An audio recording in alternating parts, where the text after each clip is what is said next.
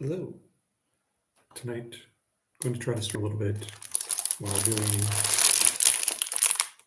a couple of combat patrol issues, which will be Chaos Marines, Legionnaires.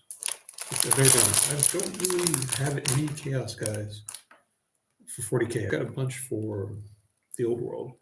I've got some warriors, some beastmen, some demons, but this will be the first Chaos. Well, no, I did the Sorcerer last night, so he was my first guy doing. I should be getting some more down the line, but I don't know. Their aesthetic doesn't really hugely appeal to me. But then it still might be fun. I'll have to look at the different paint schemes that they have. Maybe one to jump out at. Let's see. Here are the screws.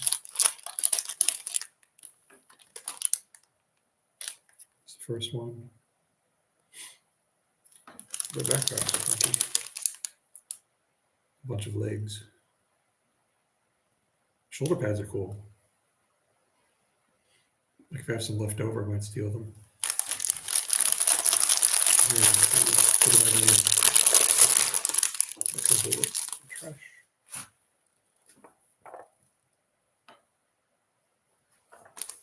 Inside. Oh, I should say hello. I always forget that. Hello.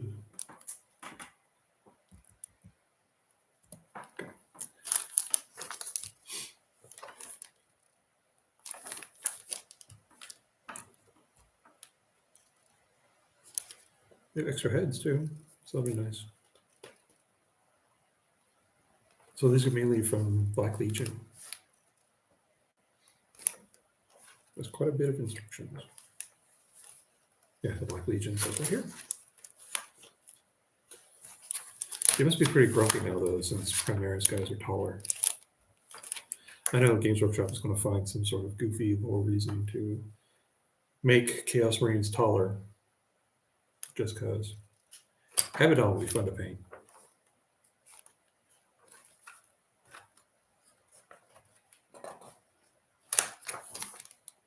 Okay, so it looks like the instructions are mainly in here. Let me open the other side. This is where the bases are.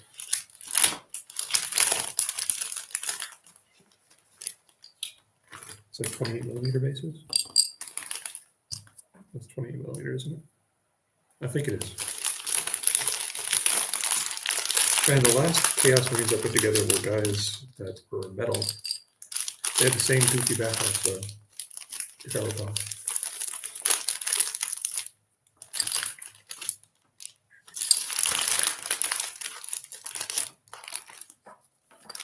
All right, and here's the other sprue. So it's 3 sprues total. They have some good-looking helmets and shoulder pads. Sort of raw guns.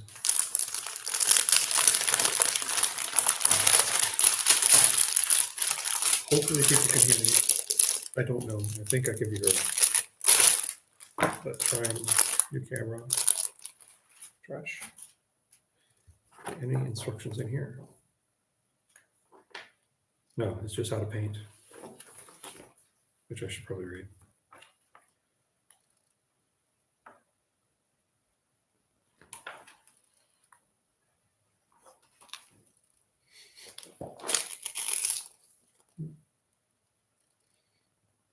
Blood Angels.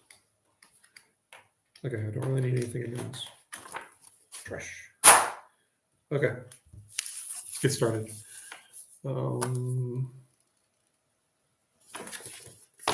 Instructions.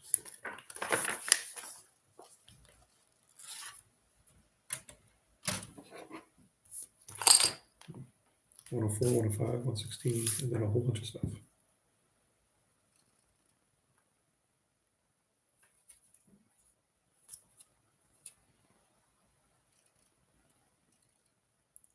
Let's see, 1 of 5 is a leg and part of a torso. Let's see, is that over here? No, it should be over here. There it is. I should probably change the angle of the camera to like look at more downwards. Let's see, how does this look? No, yeah, okay. 1 second. I'm going to change the camera. Turn off the tracking. Look at the stuff. There. Stuff. Okay. Should probably turn it the other way.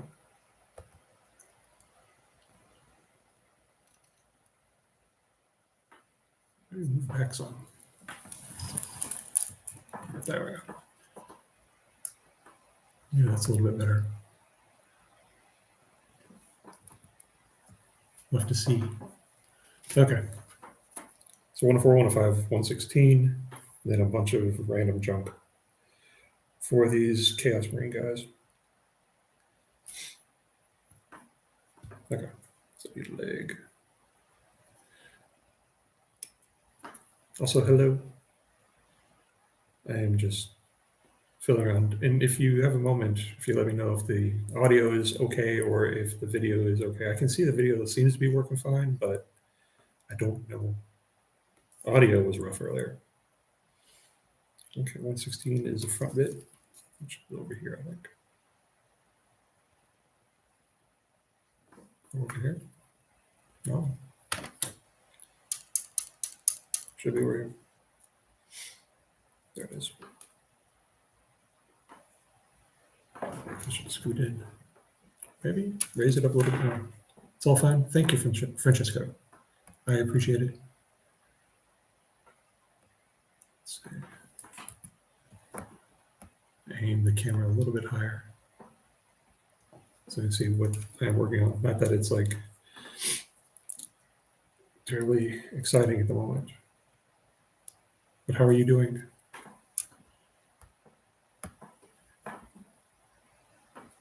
Hey, thanks, Blood for the Blood Guide.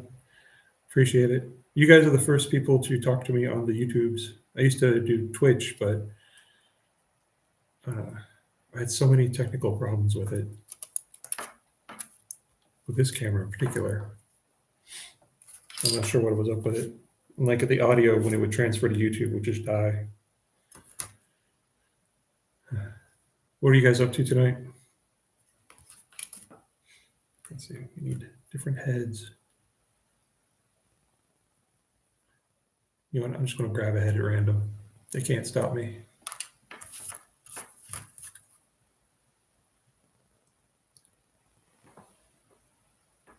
And needs a weapon, 81 and a weapon.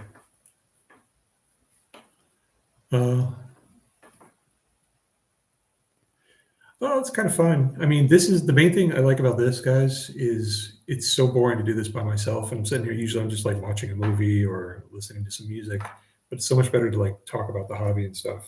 That's what I missed about Twitch mainly. Let's see. But cool. Blood for the Bug Out. I'm just, I was working on this. I've got some other things that I need to put together. Like I've got this dude, which I need to put together, although I'm going to base him for the old world. Then I got the captain dude, but I figure I got to get these guys off my desk just to save some space because every time I get that. Oh, and I'm working on a Raptors lieutenant with combi weapon, although I swapped out his combi weapon for a sniper rifle because Raptors, of course. Those are the 3 other things I'm working on. I just feel like I got to get these guys done and do that. But doing the live is a lot of fun just to talk to folk. I keep getting distracted, but it's nice to talk to people. All right, 81, I need an arm. Where is your arm? 82. Nope, I don't need 82, I need 81. These are old sprues, aren't they? How old are these sprues? I imagine 2000s, maybe? Mid-2000s? Because they're pre-Primaris, I'm pretty sure.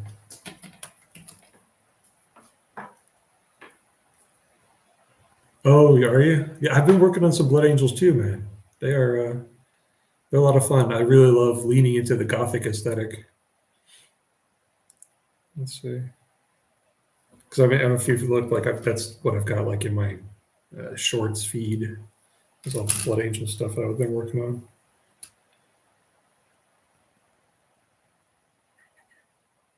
What the heck?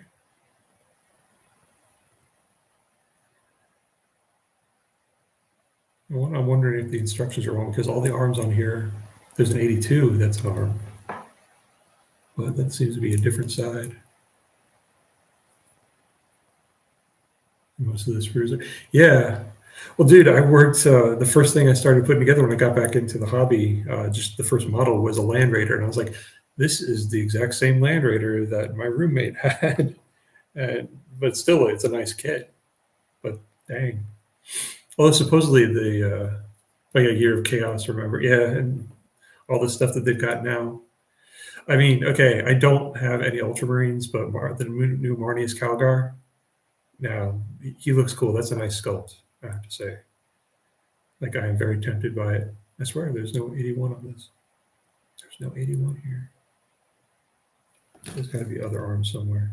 Oh, wait, I see a couple of other arms. No, but those are neither it. Come on, guys.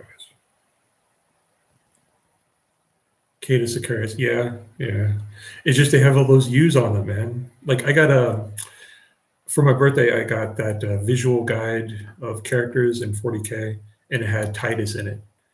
And so I got Titus, and I'm like, oh, he's a cool figure, but I had to scrape off all the U's or Omega symbols, upside down Omega symbols. I'm sorry, I cannot find this arm that is supposedly here. Man. 82, 84.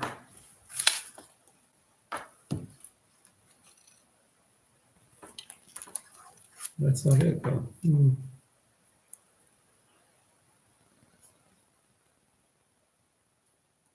Oh, shoot. No, that's 5. Yeah, I'm going to take this arm. Take one of these arms.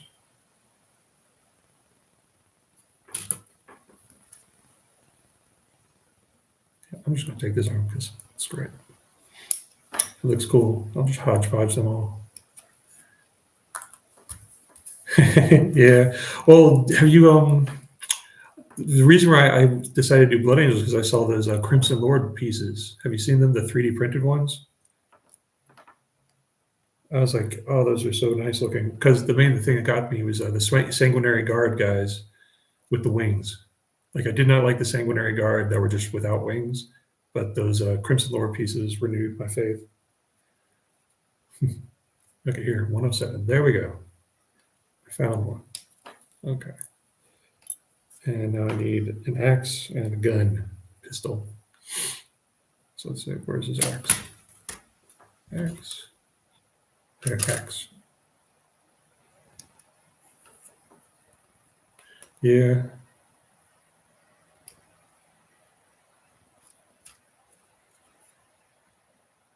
The Crimson Lords are from, oh, you mean the wings?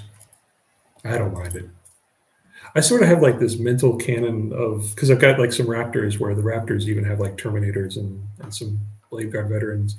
I have this like mental canon that I'm not playing in like 40K, I'm playing like in 42.5 or something where it's a little bit in the future and some stuff has happened. The Night Battle Pack? Which is the Night Battle Pack? You were talking about the 7 with the 7 Chaos ones, or are you talking about the big one with the 4 little dudes and the one larger, the Paladin, I think?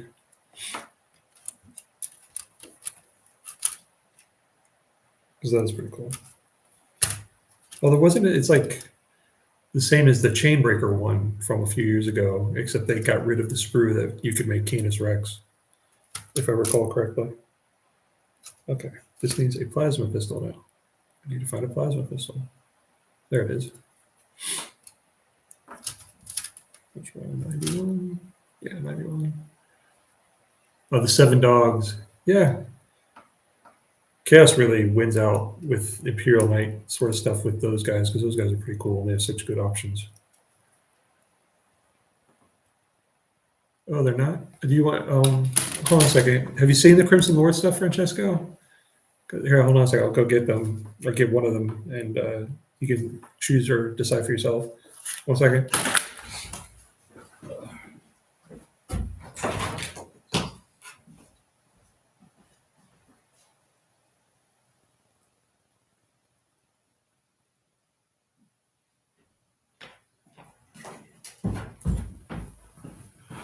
Okay, this is one of the Sanguinary Guards with, let's see if I can get it in focus, with Crimson Lord's backpack.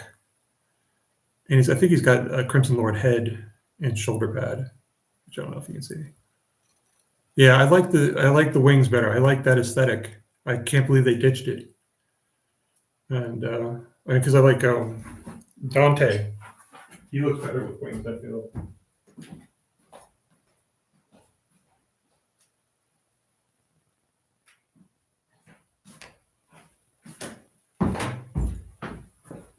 Because I went and gave him some wings to see if that would be, completely, because I didn't want him to be the only guy in the Sanguinary Guard without wings. So, but yeah, I can't believe they abandoned that aesthetic. It's kind of strange that they would just back off entirely, and it's sort of rob the Blood Angels of some of their cachet, I'd say. Okay. Back to it.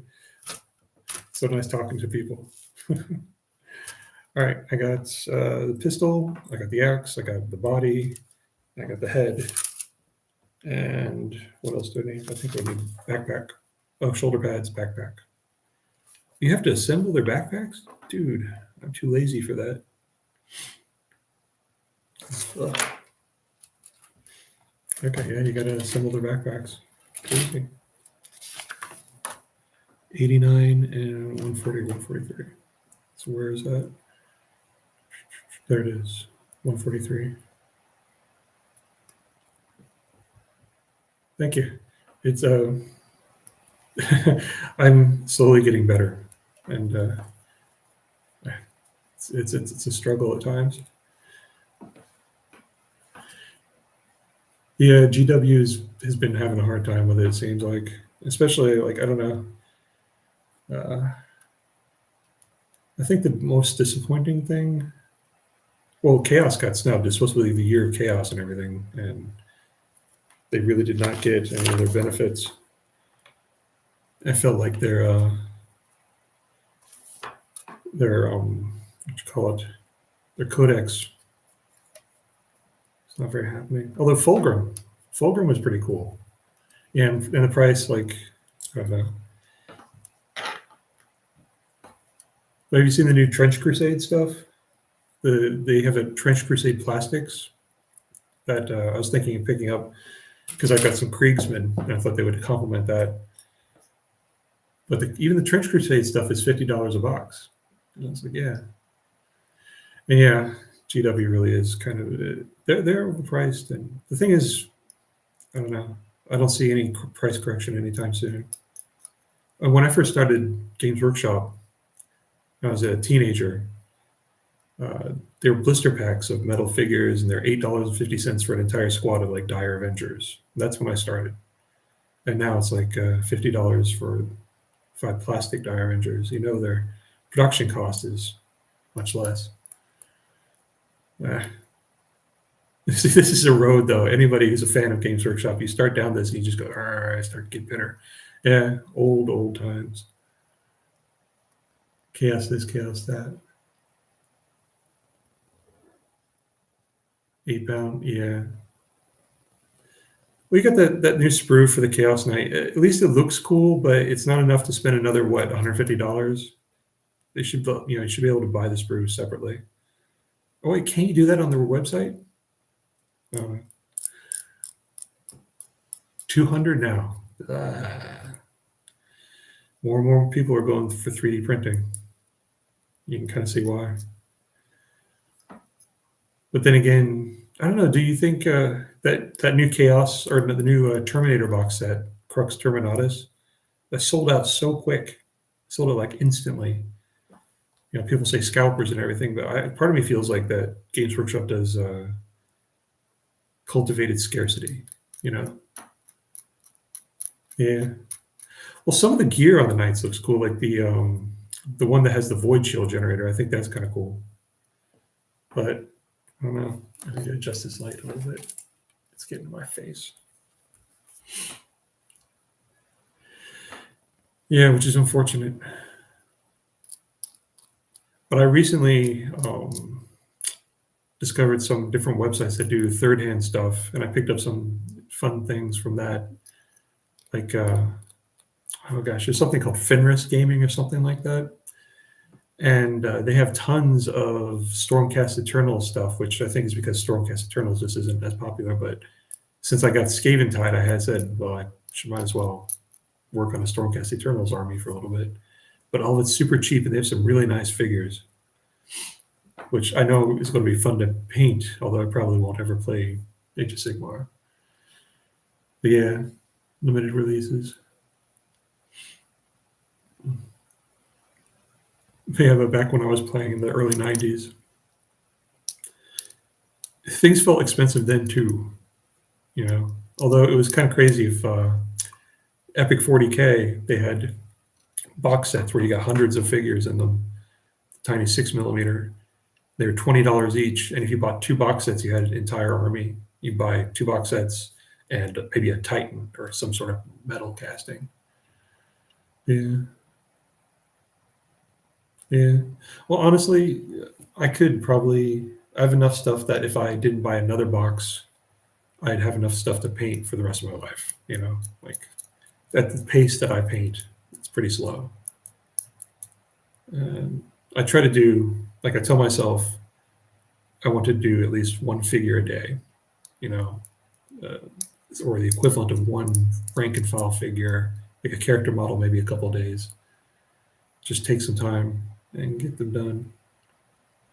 But but it's hard to resist that fear of missing out and the desire to get the newest, coolest thing. That's the thing I'm worried about, though, about 3D printing, in a way, is that I've heard that from some people that it takes over as being your hobby, you know, that becomes fun for 3D print, and you end up just printing out a ton of things. And by side note, there is a lot of mold lines on these figures, like a lot, which makes me think they're older castings too. But yeah, 3D printing, it's you end up just printing tons and tons of stuff and having less time to work on it. Although I really like 3D printing accessories to models. Yeah, I've got 3D printed plastics. I've tempted to do a resin. A resin 3D printer feels like much more, customize the mini. That's what I like to do. But a resin printer, I haven't messed with it yet, but that seems like much more dedication. Yeah, there are some minis that really appeal to me. Like there's some one artist called 3D Art Guy. He does some beautiful figures. I'd say I'd pit any of his figures against first party figures. He has a Mogan Raw that is exceptional. That is just, I love the figure. The thing is, he doesn't really give too many thoughts toward practical use of the figure. Oh, hey, Seenan. A resin printer, it's hard to argue against this, Seenan. It's hard to argue against it because the price is so huge, but it takes a lot of facility with it. I mean, it really takes a lot of facility with a resin printer. 3D Arca. Oh, very large version of Chaos Knight. Oh, do you? Yeah. If you have this time to stay behind it, but I know, okay, I'm a noob, so I know I will. If I got into 3D printing, I will probably have a hard time with it. I'm an old dog in new tricks. A lot of maintenance. I'd have to prep an entire area in the basement, set up the ventilation. I know because my wife would not want the smell in the area. So just it would be it's foreboding, let me say. But the price of it, it's like, oh my God, I'm going to have to see $300-400, and then you're able to print out beautiful figures and beautiful accessories. It is, yes, Stephen. It's dangerous. You need to have a mask on when you're doing it. You need to have gloves on. There are ways to mitigate it. Like there's a video. Oh gosh, I can't remember the guy's name. Well, Faux Hammer. He has some good stuff about setting yourself up, but it's much more intense than using a plastic 3D printer. You know, flavor for your lungs. Yeah, yeah. But the plastic ones, I really enjoyed it. And otherwise, if I didn't get a plastic, bamboo printer, I got a bamboo A1 and an A1 Mini. If I hadn't gotten those, I would never have gotten or been able to print a Warlord Titan or the Warhounds or whatever. So, of course, they're not painted or anything. That's the drawback is you 3D print way more stuff than you can paint. I have almost an entire wall of terrain. But the vehicles, you can print some good vehicles. That's it. Okay, let's glue this sucker. 104, 105, 116. So these two pieces.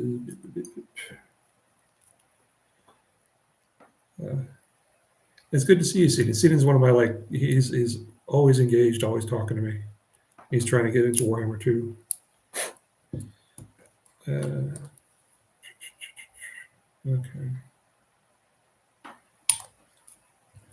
Let's see. At least these figures are pretty, they seem to fit well. They fit very well. Oh man, and then of course I see some mold lines that need taken care of. But yeah, I think the thing that got me actually wanting to do a Blood Angels army was seeing 3D art guys Sanguinius. And I was like, I really wanted to paint that. And I feel like if I'm going to paint something like that, that's a centerpiece for an army, and you need to build around it, which is kind of bad for the wallet. Does little brush and the Tamiya glue better? I like the brush. The application is so much better for me. The little nubby bit and the Citadel one, I don't know. End up wasting a good. So that's the thing. Citadel, so much of their packaging and storage for their accessories is all about. Oops, you just lost half of it. Like their paint bottles that have never changed. They were the same thing back when I first started. And they're the worst. Oh, let's see what Celine said. One thing that's appealing to me about resin printing is that it makes. Yeah. That's the thing.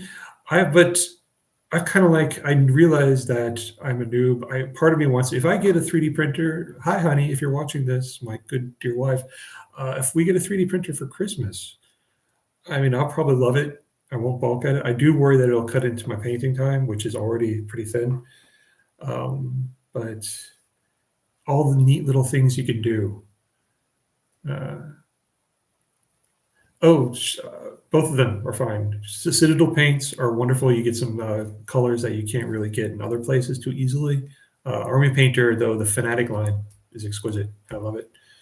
I'm not the person who's known, most things, I don't have this huge breadth of knowledge about them, but I got a few of the Army Painters. I got the basic set, and then I picked up a good amount of the rest of it, and I love it. It has a really good saturation of pigment.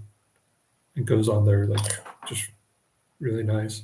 I first got their speed paints, and they have their place, but I do not like them as much now. They have their good tint, water them down. They're kind of nice, but yeah, I'm kind of going against these instructions right now because they're saying, okay, glue this on here on his arm and on first, but I prefer to put the weapons into place first. Yeah, the Citadel pots, you have to be careful because they get the debris, the crust, and you can't close them. Oh darn, did you lose? Did your paints dry up? Darn, guess you'll have to buy some more. Yeah, they're just. It's a love-hate relationship with Games Workshop. You have to. You just take it that way. And I mean, you see people slowly falling off. Like I'm starting to realize my limit is $50 for a box, roughly. Discount for 5 to 10 figures. I really bulk at the 3 figures for $50. That's kind of why, like, for my Blood Angels, I took a Black Templar box of Sword Brethren I had, and then I had like a Primaris Champion guy, and I hodgepodged them, kit bashed them a bit to making them my Blade Guard. So 6 Blade Guard. Or Sinan. Oh, let's see. Yeah. See, the paints are bad. But Sinan, if you get a chance, look around your area there's a box set called Dawn of War Onslaught that you can get at Barnes & Noble or Target. And that gives you an entire sprue of about $180 worth of miniatures. As Citadel prices, it's $40 for the box. But you get a squad of Blade Guard veterans, you get a squad of Eradicators, I think they're called, Eradicators, and then you get 3 character models. You get an Ancient, you get a Chaplain, and you get a Justiciar. Is it Justicar or Justiciar? Yeah. But you get that. And it is a good box set to get, but they're very hard to find. Dawn of War Onslaught box set, and it's $40 at Barnes & Noble and $50 for Target, I think. But they're really hard to find. You have to check, and sometimes you just have to hit them when they restock, really. But sometimes you just got to get them at the right time. I lucked out at one point, and I was able to pick up 3 of them all in one go. And because I looked at it, and I was like, wait, in stock at a store near me. And I was like, honey, where's the credit card? But yeah. So I lucked out with that. And I kind of felt bad, and I was like, oh, is this all of them? But I looked, and it wasn't all of them that were there. So I felt like, okay, at least I'm not pulling a scalper thing. Oh, I need to turn that. Let's say, hey, bud, let's see. Yeah, you got it. You got to look for it. Well, I mean, it makes it, well, they are the snap tight. They're the monopose ones. So like I took mine and I chopped their heads off. Well, not chopped they already had their heads chopped off, but I chopped off parts of them to make Dark Angel Blade Guard veterans. And so I just slotted in like hooded helmets and some cloaks and things on them. But then the Eradicators, the Eradicators, you have to hodgepodge because they all come with melta guns. But by the rules in the game, you can have a multi-melta. So you gotta I added some extra chambers and some extra barrels to them, so they look like multi-meltas, even though they're not. Very secret. Iron Hands. Wait, Iron Hands are the loyalists, aren't they? They're Pharaoh Manus Pharaoh, I think. There. I think I have to find that other arm because I'm looking at this and this guy's axe is going the wrong way. I can't find this other arm. What is it? 81. I must have just missed it. I'm blind. There's 82, 84. I do not see an 81. I'm going to give it just one last check, and otherwise I'm just going to chop this one up. Yeah, I don't see it. Ferrous Manus is what, yeah. They don't get a lot of screen time, man. The Iron Warriors do not get a lot of screen time. Which is too bad, because they're cool. I like the concept. And who's that chapter that's really close? Or was it the ones that were made by the Mechanicus? I can't remember what that faction was.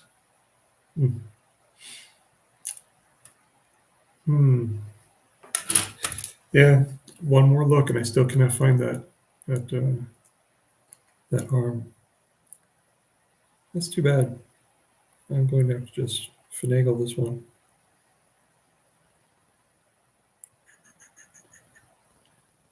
Are the stats different for the? Yeah, the stats got to be different for the axe and the sword. Oh, which kill teams are you looking for? Guild teams are pretty cool. Yeah, there. I'm just going to turn this to the side a little.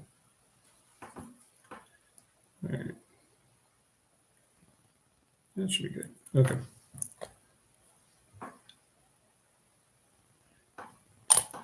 The Phobos kill team is really nice. Oh, Votan Scavengers. Oh, are you going to get into Votan, Seaton? They're kind of neat.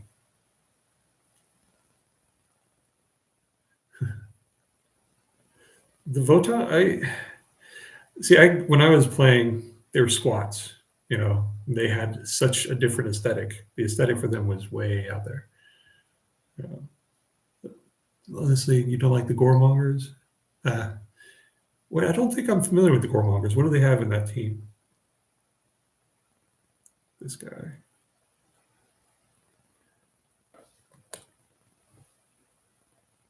I liked the Kriegsmen. I liked the Phobos guys. I did not like the Necrons because it was like you're getting one sprue of those immortals, and that was it. Deep Rock Galactic, yeah. There's a guy that was on Twitch. He had these really, really nice, Deep Rock Galactic figures that he did with some Votan guys, and he did them for his son. It was so cool. Let's see.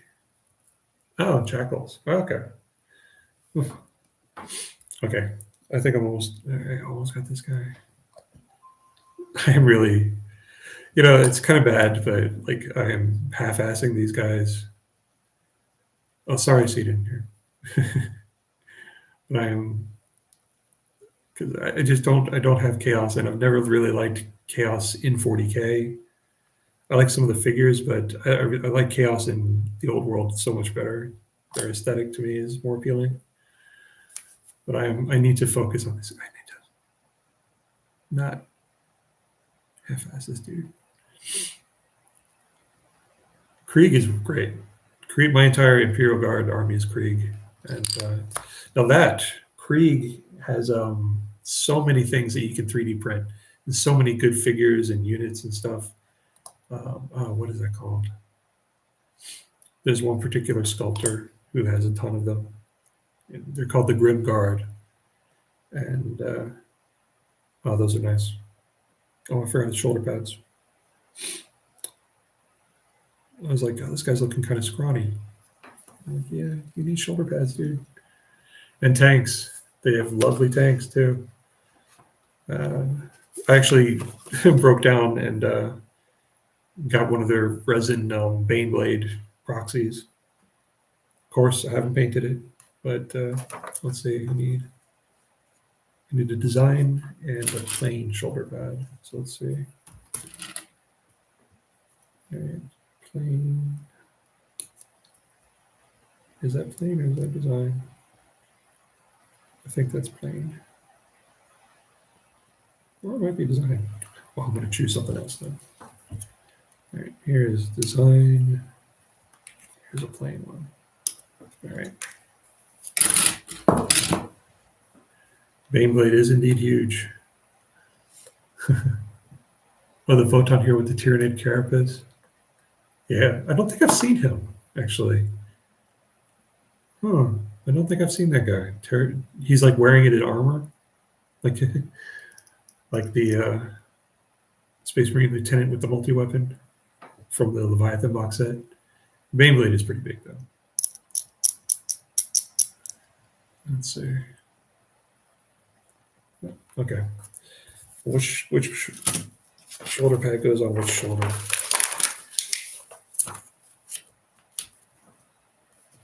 Okay. All right. The one for the insignia goes on the left shoulder. Rory Agnerson. I haven't seen him. He got eaten by a Tyranid. Well, obviously he got better.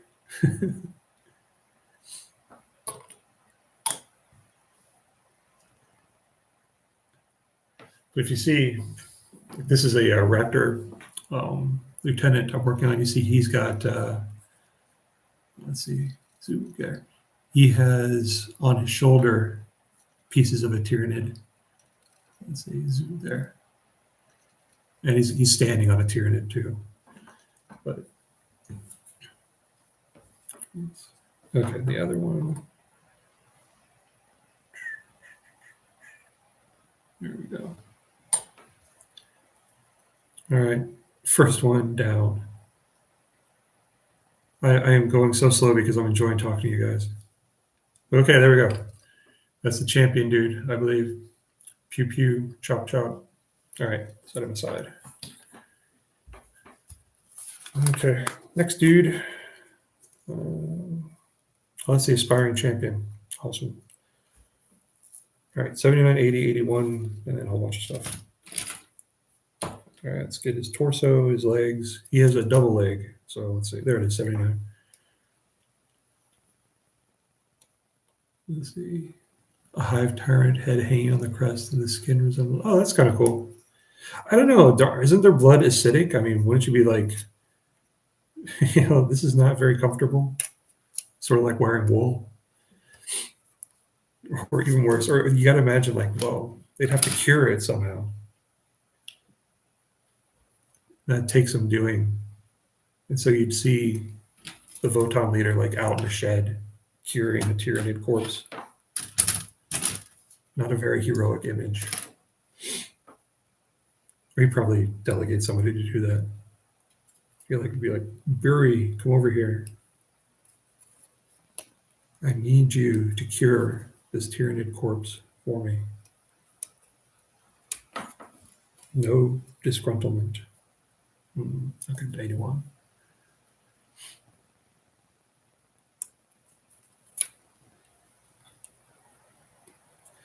There's some of the Votan figures that I really like. I kind of like their vehicles. But like I look at their vehicles and it makes me want to, have you seen the, what is it, Necromunda vehicles? Like they've got a huge semi-truck. They have various Jeeps and things. And it makes me want to get those and like convert them to like in my head canon, I have my Raptors are on a planet that's already been overrun and they're fighting a guerrilla war. And so like they're trying to hodgepodge. And I was thinking of trying to like taking a Necromunda vehicle and putting las cannons on it and making it like a proxy Land Raider, something like that. But I don't know. Ideas for something in the future. Oh, darn it. Okay, 82. All right, now I've got, that's the arm I need to get. 82, 83, 84, 85. All right.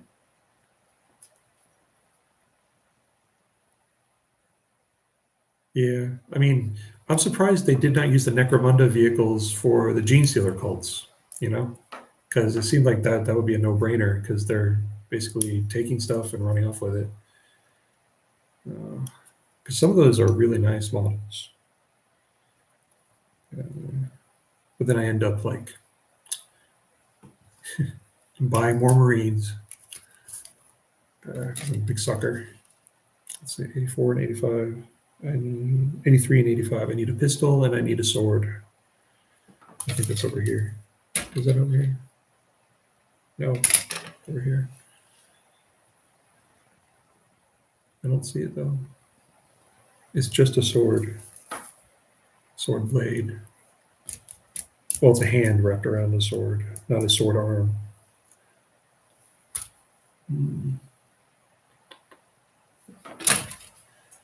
Aha! There it is. I was about to start thinking, like, am I missing a sprue? Okay, and I need a pistol, 83. Okay.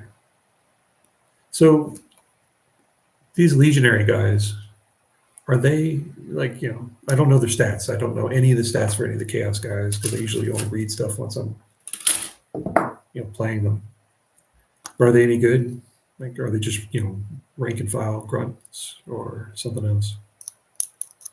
Put together that sorcerer guy last night. Let's see. Oh, clean some pots of thought. Oh god, cleaning those pots. I don't know. The Games Workshop Citadel pots are just they had the same design flaws so long ago, and they're still kind of garbage. They're cannon fodder. Okay, cool. Oh, they do? You have a lot of Chaos Marines? I haven't talked to anybody about them. None of the people that I've talked to recently have Chaos Marines or any Chaos faction. Oh, one guy picked up Fulgrim's Thousand Suns because Fulgrim looks cool. I don't know. All the Primarchs are tempting to paint because I'm a sucker for the big, centerpiece models. Hellbrutes as good as Dread. I don't think Hellbrutes are as good as Dreadnoughts, but I think they're slightly worse. Well, aren't they better in hand-to-hand? Their shooting is worse or something? I don't know. It's not as well paint shade. I've got, I don't know what mine is called. I've got the one where it's got the little clamp and it holds the thing in there. I had the one where you just push it down and it goes, and I did not have much success with that. That one was always kind of iffy, especially when you use Citadel ones with it, because then it would be like, oh, there's nothing in here and it doesn't work. Oh, is the new dreads. Yeah, like the Redemptor and the Brutalis. Well, the Brutalis has that special rule where it's like you just take damage, enjoy. So I mean, it's hard to top that as a special rule. When you make the charge, what is it, like up to 6 mortal wounds, or is it 3? I don't remember. It's a hillbilly battling as hell. That'd be kind of funny. Chaos Dreadnought.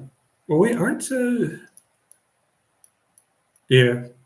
Well, I find it's shake. I used to always just shake it, or ball bearings. See, if you have some ball bearings, put ball bearings in it. That's much better, because then you have something to create impact while you're shaking it. So that's a good thing.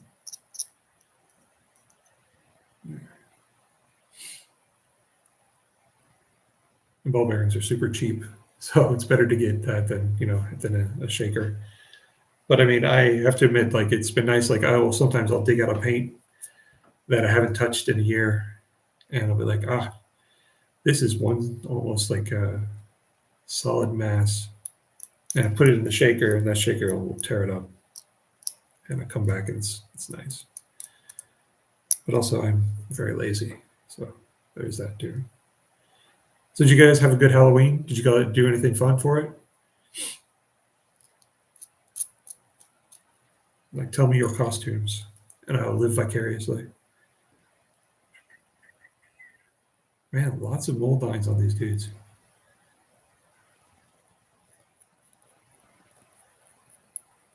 Let's see.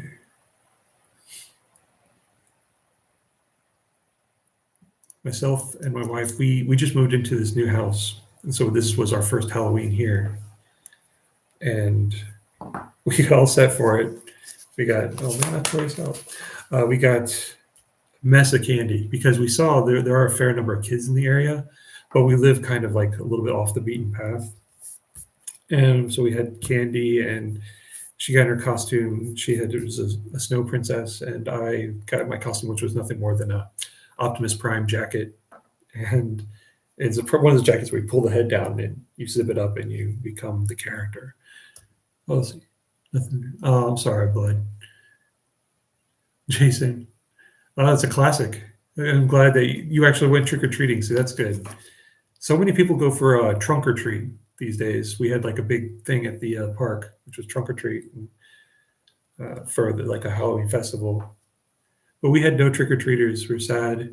Like, we put the dog in a little costume, an angel, and so it was kind of sad missing out. Hopefully we'll get some over time, or we just may have to go to the festival stuff more often. Okay, glue time.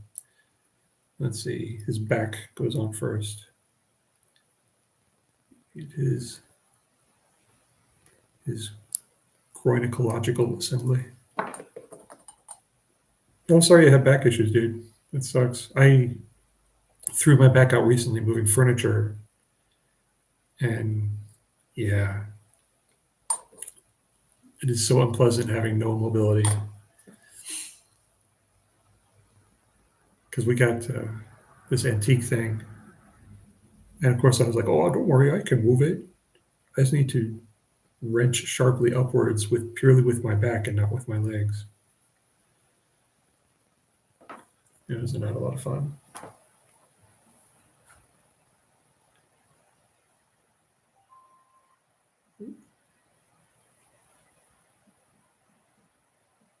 Check the phone. Small alert on the phone.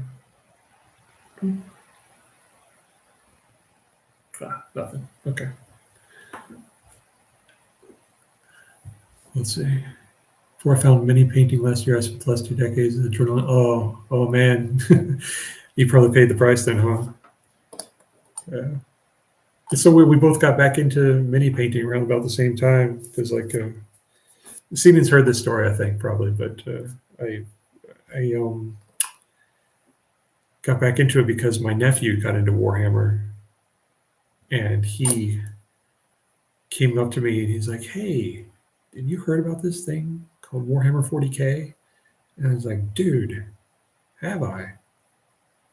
And he's like, "Oh yeah." And so we geeked out about it, and it's so funny. And then I got back into it, and I saw like all the different things that had changed and advanced, and I was amazed at like the advances in techniques for painting and for what am I doing? I didn't get his head.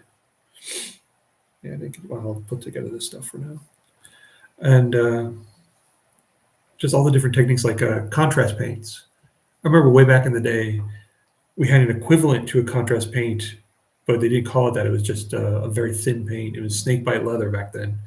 And I remember the trick was everybody was like, "Here, watch this," and you just go on a bit of white primer and you put snakebite leather, and it flows into the contours. And we're like, "Ooh!" We're like, "There are any other paints like this?" And at the time, at my local game store, they were like, "No, no, there are no other paints like this. This is the holy coming." And so it was kind of funny. But now there's entire lines of it, slap chop and all that. And it's so cool. Slap chop was the first thing I tried, and I can't blame it. It's kind of great to have such easy results from and so quickly. And although now I've started going with a zenithal sort of priming, and then I've been using the Army Painter Fanatic stuff. It's been a lot of fun. I'm still learning, and I started just recently. I've felt confident enough to start edge highlighting, and that's been fun. Although I think I have too soft of a hand with it. Like I get it and I can see it, and then I like look at it in the pictures that I post and things, and I'm like, you can barely see it. So I don't know. I need to refine my technique with it. Okay, that's one hand. While these drying, I'll get the other stuff out. While these are drying.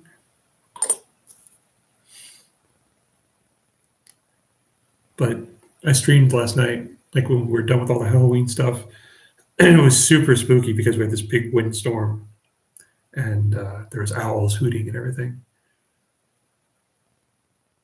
Oh man.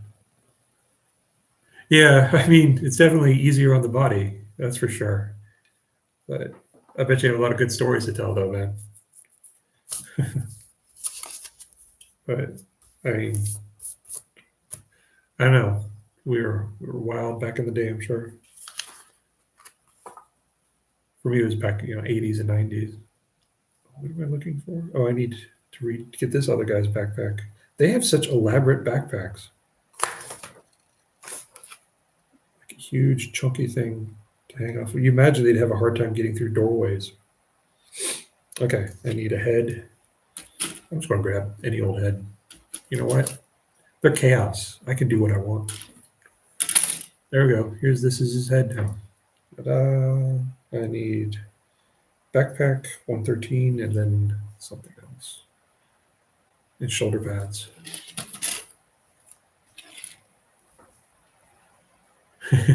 Yeah, I celebrated my 52nd birthday just this year. So I've got a few years on most folks. Oh, there we go. Which is this one? I need 113. Oh, that's 140. Where is 113? I think this is the thing I need, 135.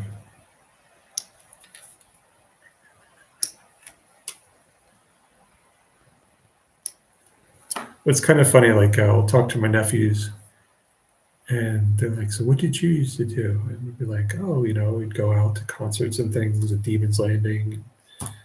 and feel like it's hard to tell kids like, oh, well, you need to behave, and then they're like, well, what'd you used to do? It's like, oh, I used to slam dance with Red Hot Chili Peppers and Soundgarden. So it's like hard to speak from a level of conviction. Why am I having such a hard time finding this particular backpack?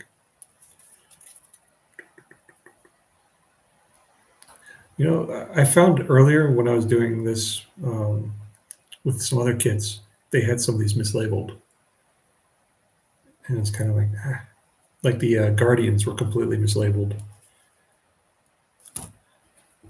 and do we even have? Yeah, we've got enough. 631. Oh, you know what? No, that can't be it. No. All right, well, what I'm going to do, I'm just taking one of these. And that's it. That's right. Because they're chaos, buddy. They can do whatever they want. And this is the one that I'm taking.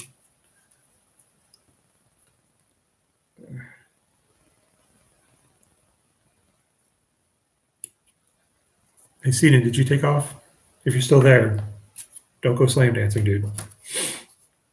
I would not advocate it. Okay, and now I need shoulder pads. Blank. And I need one with spiky bits, because spiky bits are great. I kind of want to steal some of these shoulder pads.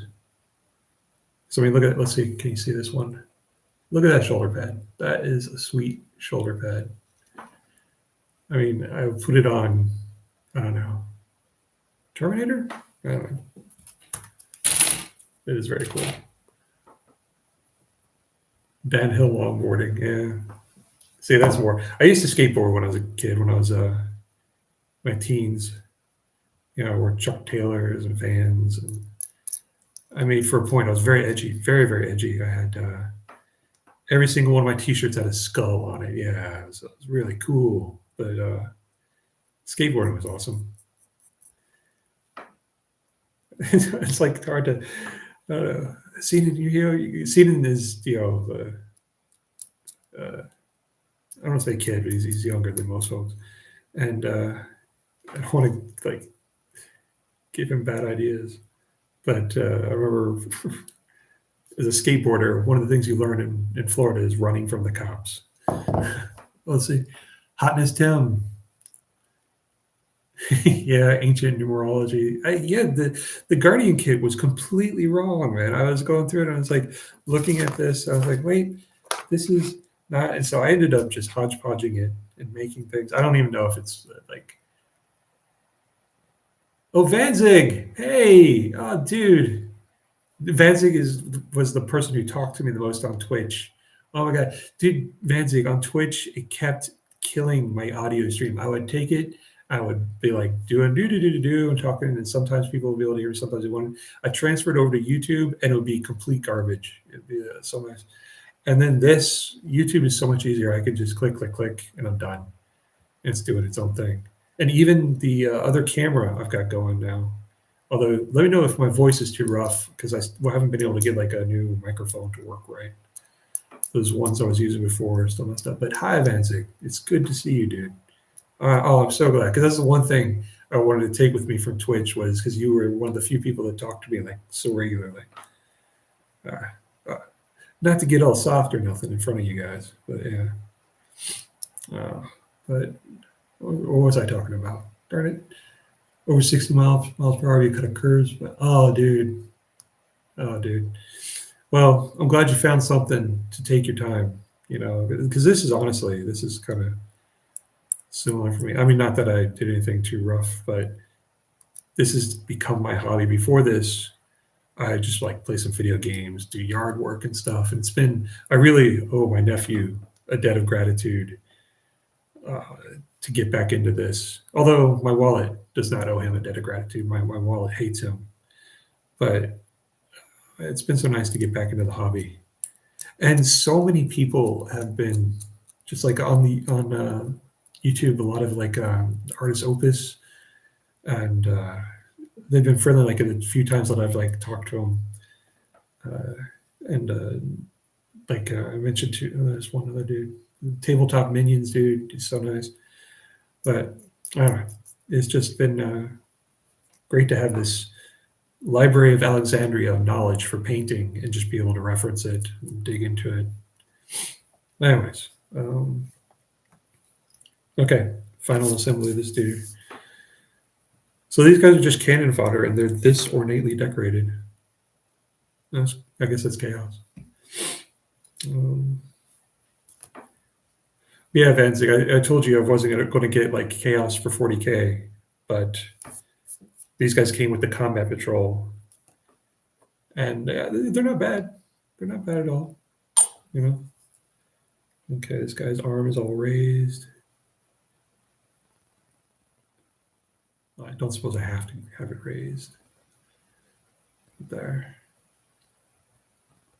Okay. So I'm not sure if I'll be able to finish these guys tonight. I mean, I've been chit-chatting so much. I've got one guy done and this other guy, and it's been an hour. So I am. Oh, this guy, come on, stick. Oh. There. Go get some berserkers you can complain about.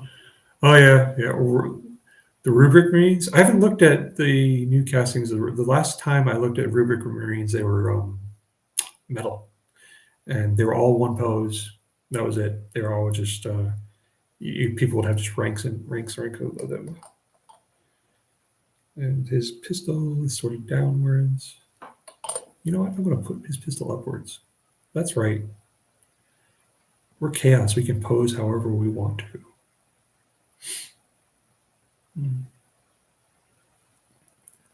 And I started drilling my barrels. That's another thing that I picked up. Oh, darn it. I didn't shave this one fully. And I got one of those tiny little drills. Started drilling my barrels, and it's kind of funny how such a small thing makes a world of difference. To me, at least, it's like, oh, that looks so much better. And I've been learning about weathering and stuff, and using pigments. So it's kind of nice to be learning something at my age, and to be able to, because I'm at that point where like I play one or two video games over and over. I don't buy as many new video games or things like that. Is this going here right? I think I got this wrong. This is the wrong thing.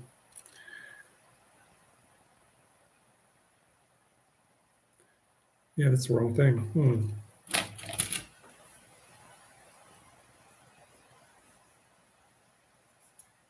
I need to find a backpack that has a slot on the top of it. And I don't think see, I'm looking at these and they don't have it. They do not have a slot on top of it. See, I think these are just wrong, dude. Some of these are just completely wrong. Maybe I can pick it out. Okay. Yes, this says 113. And it is 138. What the heck? And this goes on top of it? I think it does. That's really kind of obnoxious. Let me see. Are there any others like that? No, this is it. Okay, yeah, I've documented it. They refer to 113. It is 138. They might be. They might be. But my laptop is so sad. If I open another browser window, it might be unhappy about that. I think this is the correct backpack. I mean, I don't care hugely, except that, darn it, pay enough for these guys. They should be correct.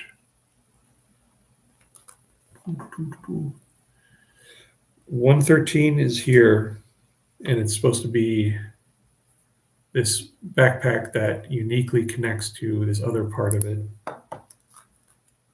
And yeah, but this might not be it then, because this doesn't seem to connect to it either. Wait, it fits in there? I don't know. Well, you know what? I'm just going to put the backpack on them. Because we're chaos. 113 is a shoulder. Yeah, this says 113 backpack. That's really rude. Maybe 133. I think this might be it. Unite, abominate your berserkers and the war dogs. 118 is a, well, I'm okay. 134. I have 134 and 135. Those are correct. 113 was the backpack. So this might be 133 is on the sprue. That might be the backpack I need that has that uses the accessory that goes on top of it.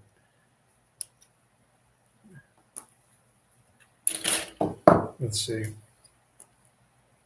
Oh, I chopped that wrong. I'm getting impatient and disgruntled. Okay, let's see if this goes. Kinda. I don't know, this doesn't seem to fit right. It's like showing it is going in there, but it does not. I don't know.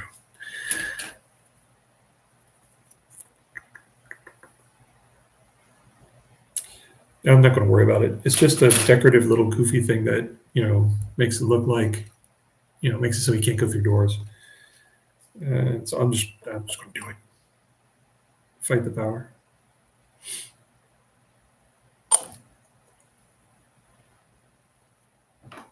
Let's see. Did it shave this one enough? There we go.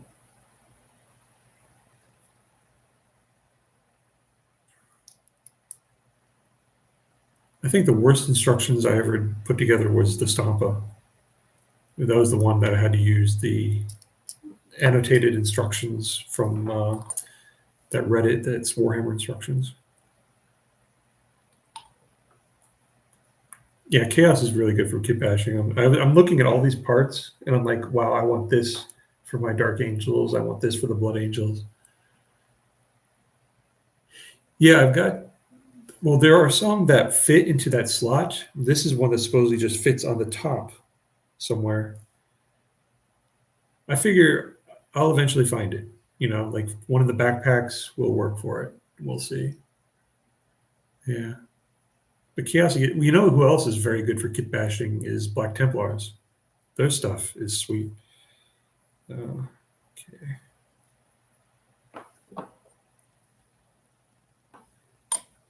You can do so much stuff with all their iconography and all that.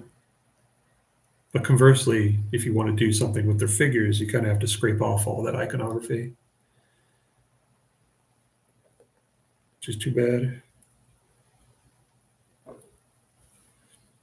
I mean, I suppose I could start a Black Templar's army, but I have like three different Marine chapter stuff that I'm working on.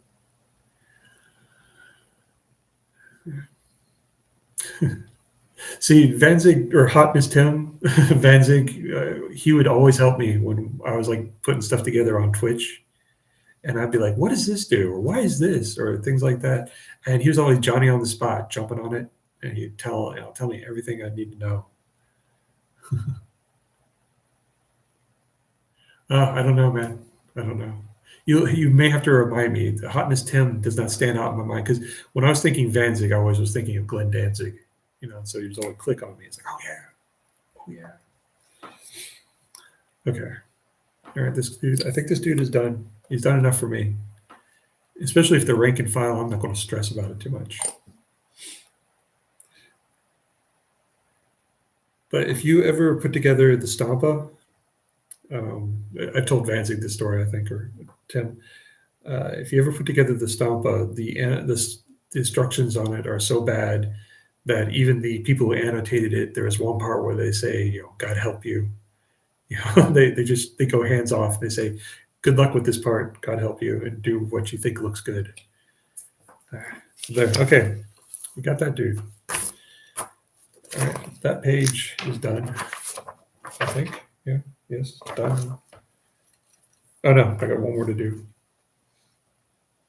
No, well that's done. Okay, trash. Next. Let's see. Oh, let's see. The plague burst crawler instructed me to put an entire tank track on. Oh man, that sucks. Well, there's a couple of the old kits. It's very easy to make that mistake. I think the earlier Rhino kit, but then again, there wasn't that much harm aesthetically to it. I don't think, because you put the shell over top of it, so maybe it was fine to do. Okay, 62, 63, 64, and a backpack. I'm not choosing specific backpacks anymore. One of these backpacks will work. Let's say 62, 63. So that's right. You take that, Games Workshop. I don't respect your model kits. I do what I want. Right. 62, 63. Where's his back piece? It's just a torso. Maybe it's over here. Well, that's a cool looking power fist. You can see it. I don't know if you can see it right there. Let's see. Well, that power fist is cool looking. Oh, here it is. Here's torsos.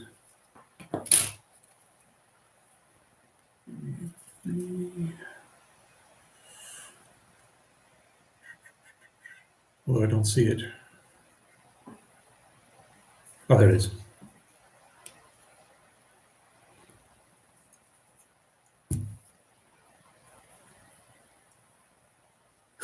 The Predator did to you. Let's see. I kind of have to take the instructions. I'm well, maybe it's different now. Like, I used to have such bad eyesight that I really had to like follow it piece by piece and make sure and double check. Or there weren't any upgrades for them. Oh yeah. What's in the combat patrol now? Sword Brethren, leader guy, the regular grunt dudes.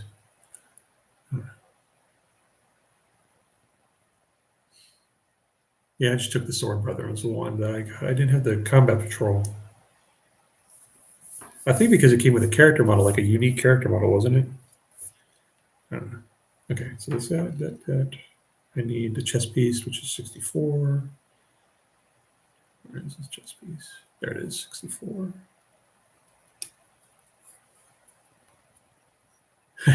Yeah. Well, I mean, a knight. I'm trying to think back.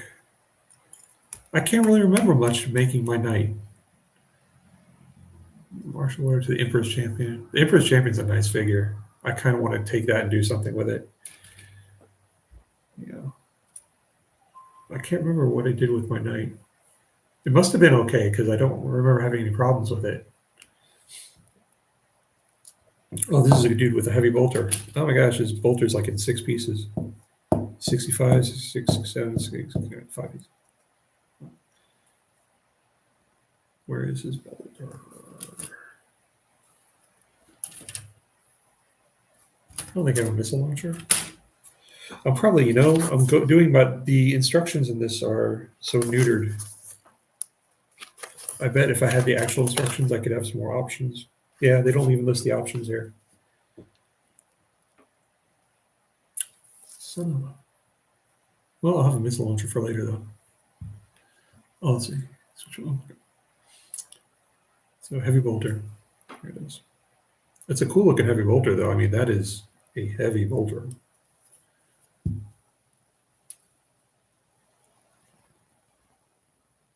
Yeah, I don't know. I'll figure it out.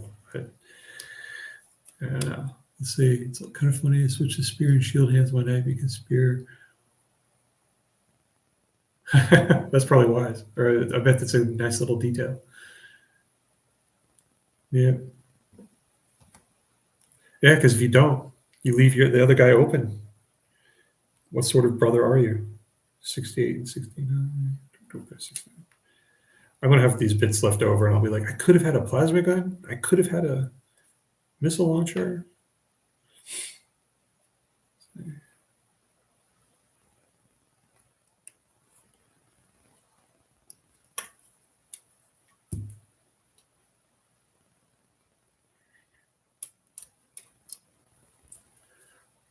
Oh, you guys, have you seen the new Christmas Battle Force box sets? Any of them appeal to you? Because I was looking at them, I was like, I don't know, I don't want any of these. I'm trying to think. The Marine one looks cool, but I have everything I need from that. So maybe this is just getting older in the hobby and not needing as much. The assault terminators look cool though for the Crux Terminatus, but not $200 worth of cool just for the assault guys.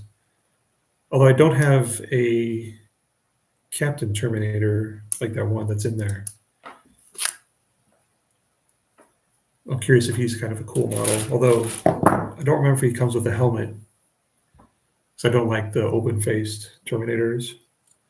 Okay, let's clean this guy up. Oh, the Solanish one. Yeah. Well, I think they're supposed to be 212.50. Like they're supposed to be like the Crux Terminatus one. So at discount, they're supposed to be 212.50. The 50% discount for online retailers. I don't know what their MSRP is. Dude, that's expensive ass terrain. Oh man. Grey Knights terrain. I don't know. I remember when I first started playing and they introduced Grey Knights. The Grey Knights' whole shtick was, we're the elite of the Space Marines. Every one of us is a psyker. We're all so special. And so they were like, next tier, higher up than Space Marines. And then I got back into this and I was like, oh, so are the Grey Knights still like the best of the Space Marines? And then the guy was like, oh, no, there's Adeptus Custodes now. And I was like, what? You mean the guys that just hang out and fix the Golden Throne? And he was like, oh, yeah, they're a big fighting force and they've apparently been all over the world. And I was like, what? And that was one of the most jarring things for me. Oh, sorry, he's talking stuff now. Let's see. Let's get full room. Let's get the combat patrol. Yeah, I mean, just getting the box set. Grey Knights, Custodes, Deathwing. Yeah, I thought, like, who's going to be the next thing? Who's going to be the elite of the elite of the elite? Like, who's going to be the secret faction within the Adeptus Custodes who are secretly so much cooler and better, and who secretly, kick demons' butts so badly that they're all afraid of them, and who live in the middle of the warp and blah, blah, blah, and create their own chaos god or whatever. I don't know. I love the lore so much of 40K, but I also kind of can't stand it a lot, to Codex Primaris. Tip of the Spear. Yeah. Deathwing, Deathwatch. Yeah. Deathwing used to have that kind of a rep like that. I think because they got that way back when they had that video games, the Space Hulk video game back in the 90s. So they got a lot of rep for, at least in my local game store, where it was like, ooh, Deathwing. And that's when they were Native Americans. They had all the feathers and stuff was their shtick. Remember that for a time. Yeah. Well, Terminators used to be way more shooty, if you recall. You remember how bad the assault cannon was? The assault cannon now is kind of like pop, pop, pop, and might kill somebody. The assault cannon was like a guaranteed death sentence to at least 3 or 4 figures when you used it in first and second edition.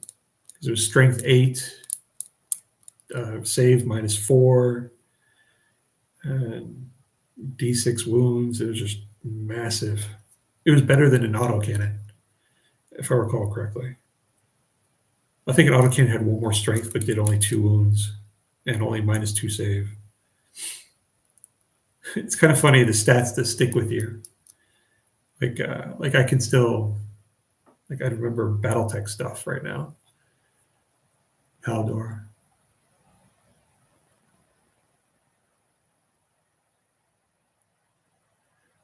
I don't remember his figure. I'll have to look at his figure. I didn't see anything of the custodians I stood. I like some of their vehicles. I thought they were kind of interesting looking. Oh, their dreadnought. I thought was cool looking. Those big, like they're extra big, bigger than dreadnoughts. Dreadnoughts. I thought they were kind of neat. Already did that one.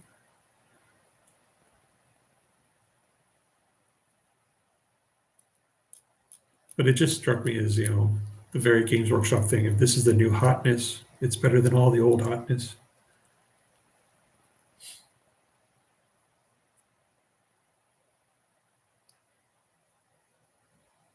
I like the concept of Sisters of Silence, though. I kind of like that.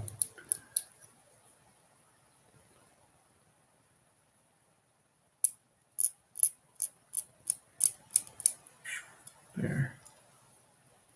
So you've been working on anything lately, Tim? Oh, Custodian's supposed to be super. Then there's Custodian's Terminators. You've never seen books. And Custodian's Dreadnoughts. Yeah. Yeah. Those guys. Okay. Assemble this dude. Let's get him. All right. His first thing is the groin ecological connection. Right there.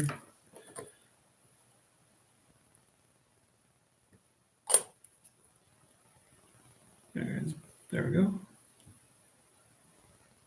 Okay. Did you do anything for Halloween, Tim?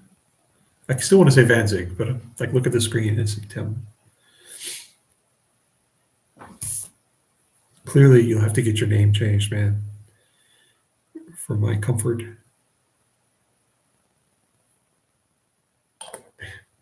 Wait, that's how you spent your Halloween, or just in general?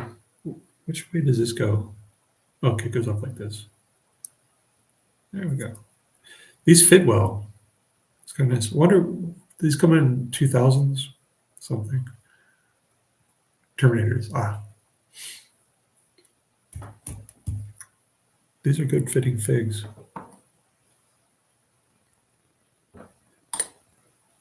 The rank and file figures I had the most trouble with was some Night Haunts. Some Night Haunts from Age of Sigmar, which they seem to reject the glue that I was using. They're pretty rough. Okay, gotta get the bolter all together. So this goes dry fit. Goes like this.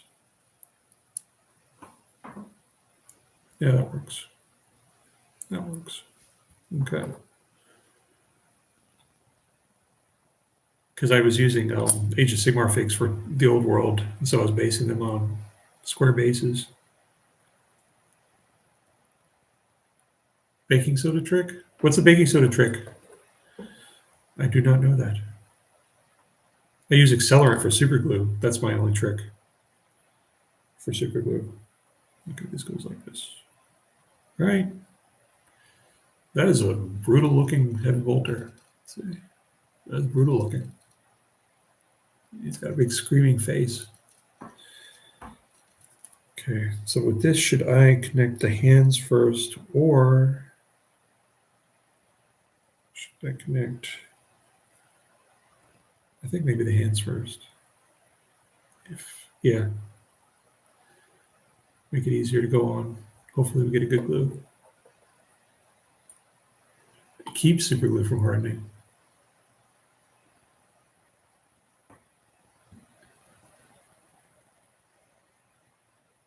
Interesting. Wow. That's good to know, dude. See? That's why Vanzig's the man. Or Tim. Tim.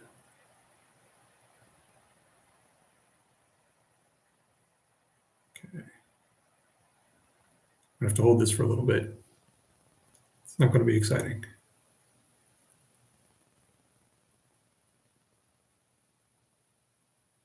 Interesting. We have to play around with it some on some plastic that I don't care about. Okay, glue. And then this goes here. Okay. So are these guys exclusively Black Legion, or can they be on any chapter or any Chaos Legion? Water, alcohol. Oh, now tell them now you're getting all chemistry and shit. Man, I need it just bottled and to be magic potions. Oh, I didn't get his head. That's right, I didn't choose a head, and I didn't choose shoulder pads. All right, which head? It's going to be the first one I see right here. There. Oh, he doesn't wear a helmet. It's got to be the first helmet. There you go. This is your head now, buddy. My outrageous fortune. Ah, well, that's interesting. You're so smart. Oh, I need shoulder pads too. This one and this one.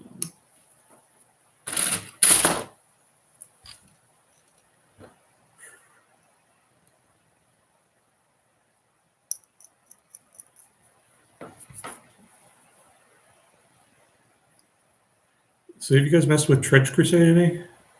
I have not even looked at the rules for it, and I was wondering about it. There we go. Okay. Because a lot of the people I've talked to like it aesthetically, but they haven't told me any of the nitty gritty stuff about how it functions, how it plays.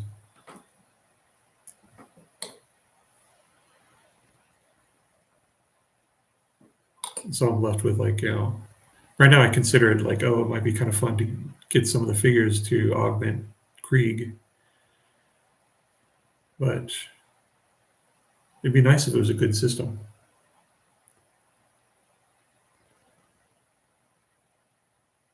Like for reals. All right.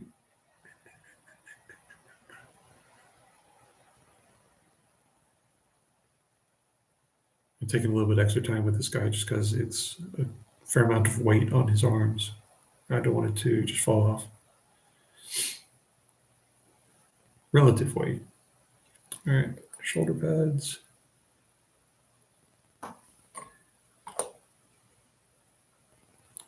This is the design one. His right shoulder pad is designed. And it's not sticky. There. Really, only bad things about the owners of the game? Who are the owners of the game?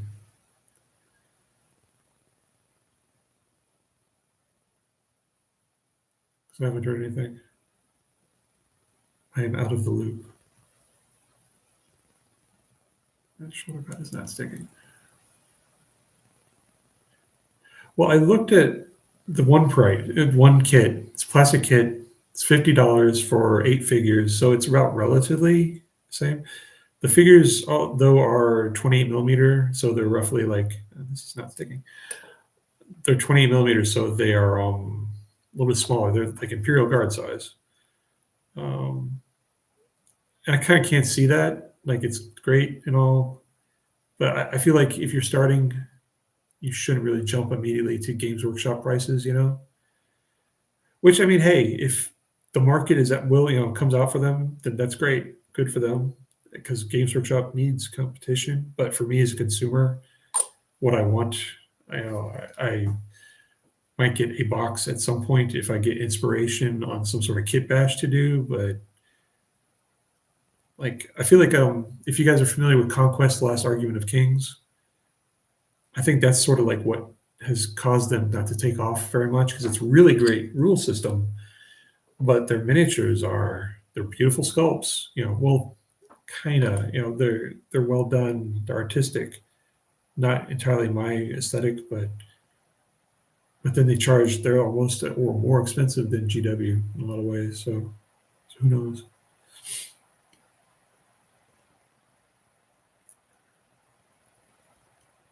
Lord of the Rings and Warcry. Warcry, really? What makes Warcry good or special? Right there. Bolter or heavy bolter. Hooray. Okay. Oh, Meltagun. Okay, next. Next is Meltagun. Okay. That's good. I'm fine with a Meltagun instead of a plasma gun.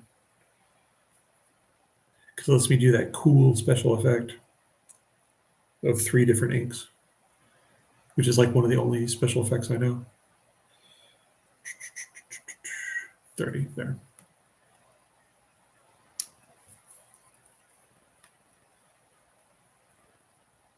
Warcry I don't see on shelves as often as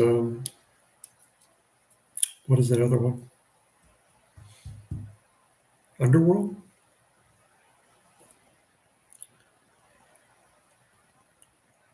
Where's 29? There it is, 29.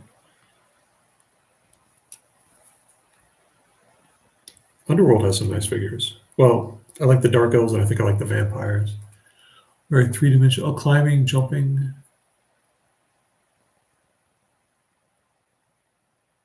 Oh, interesting. Is it simultaneous combat or I go, you go, or it looks like you get dice spent, so that's kind of neat. You're not sure if the model will always move. Oh, that's interesting. At least I'm assuming. Could be wrong. Okay, let's get another backpack.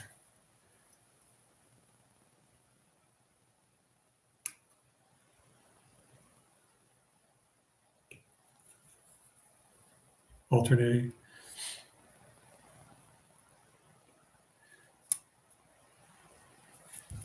Yeah, I really, that's one thing that kind of threw me off about Warhammer's like rules are still I go, you go. That just seems so rough. Did I get the chess piece? No. 31. There it is.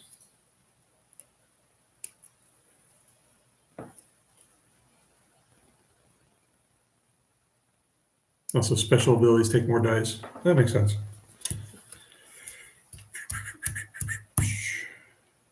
Okay. Need a new head. Here's a big head. Big horns. Need 33, 32, 33, 34, and then shoulder pads.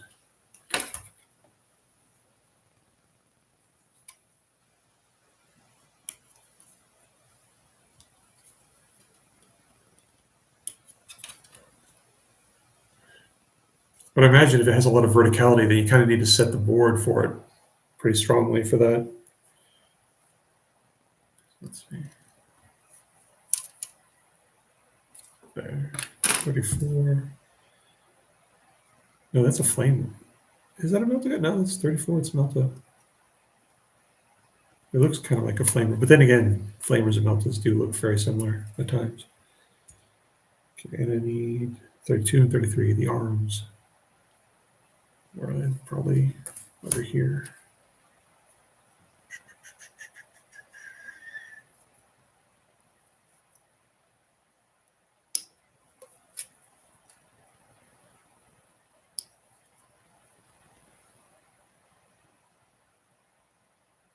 Let's see. Hopefully I did not use that arm already. 32.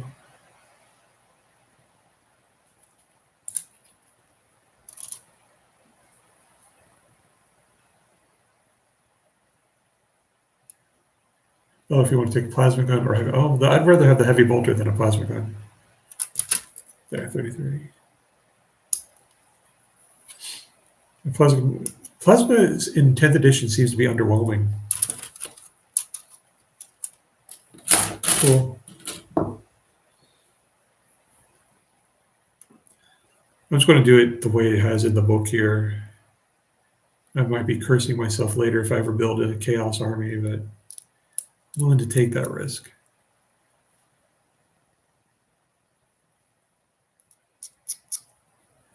Like, I'm going to be honest here. These guys are not getting painted for a long time. Like, I'll be 85 years old. And I'll be like, I still got these Chaos Marines to paint.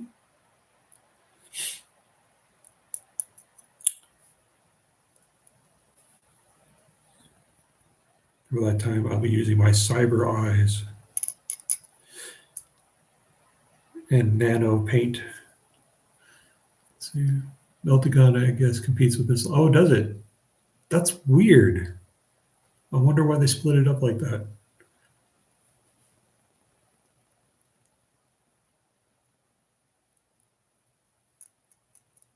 Like, if I had my druthers, I would go then missile launcher, heavy bolter, and you're like, mini devastator squad. Yeah, we will probably tell the AI to paint for us. It's like, no, make those blood angels even more bloody. Make my dark angels even more emo.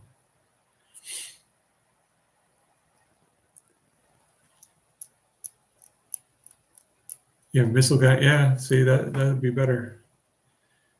But no. Honestly, I'm not going to stress too much about it. If it was like a figure for like an army I was actively building, I would worry about it some. But these guys, they're destined either to be like villains that I use in some sort of like, Warhammer quest thing, maybe, or they might be corpses on bases of someone else someday. Who knows? We'll have to see.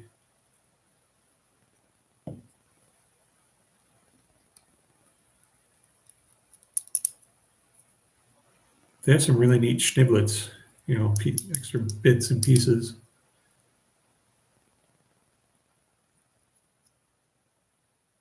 But yeah, heavy bolter and missile launcher seems like that would be the way to go. Because missile launcher just gives you that flexibility, but also range. I remember range used to be king back in first and second edition. But then again, you played on boards that were 8x4 usually. I remember feeling 6x4 was cramped.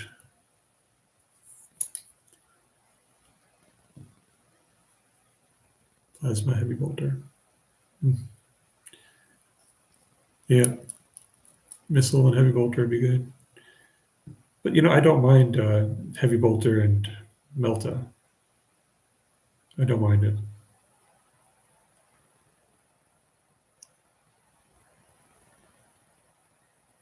Because Melta always seems fun. And I like to paint them. Okay. Assembly. All right, this guy needs his leg.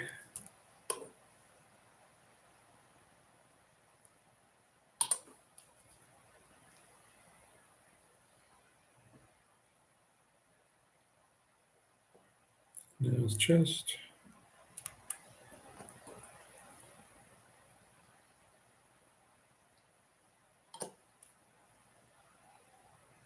Chest. Backpack.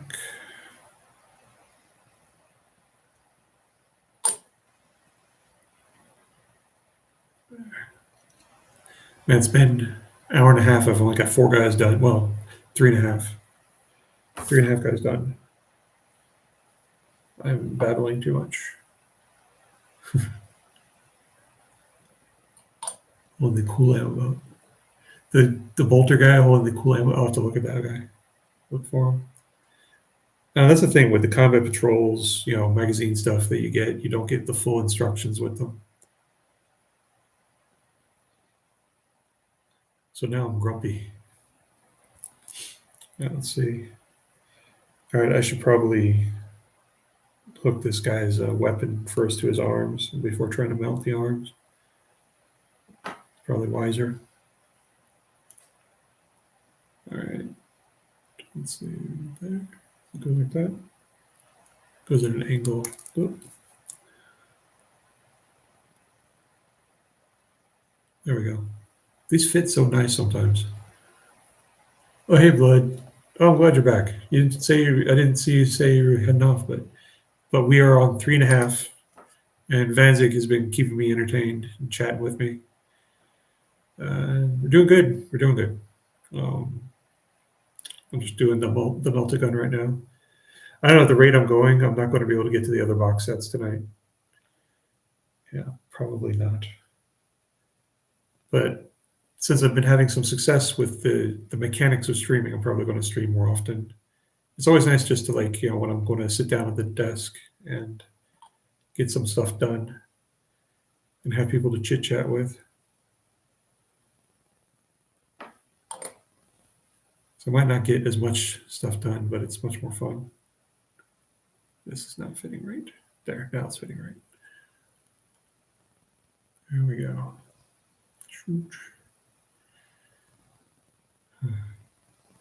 So I saw some cool stuff on Etsy for Raptors, which has inspired me to maybe go back and start working on more of them.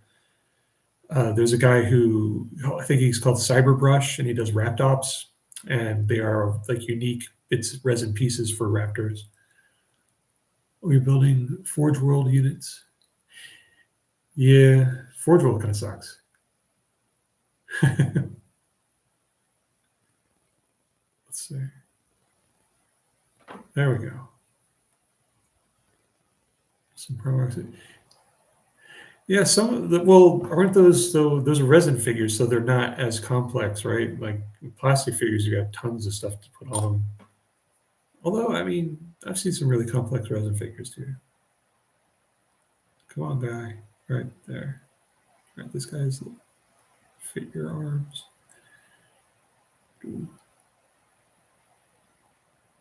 What's good? Your back, Blood. Is okay. I'm just going to call you Blood. Your name is too hard to pronounce otherwise.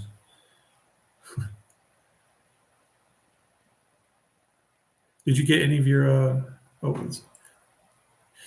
Forge World? Well, any of the resin, any of the fine cast things are kind of wonky. I mean, I saw an acquaintance at the local game store. He got a Reaver Titan, and that thing that's kind of messed up. I mean, I suppose it's not that hard, but it's just daunting to me. Which, okay, I'm going to learn. Okay, the design goes on the right shoulder pad. Oh, hold on a second. I think I'm going to see.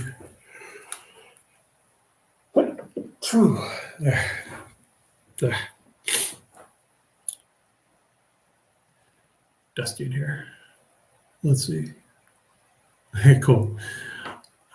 Depends on the model. Some they want you to put every time. Yeah, well, the Titan had all those pistons in the legs, tons and tons of pistons, and like I put a good number of them in the one I 3D printed. But I have to admit, under the armor plates, I kind of hedged on some. I kind of skimped on them. But then again, you know, since it was a 3D printed figure, I probably did not feel quite the commitment to it.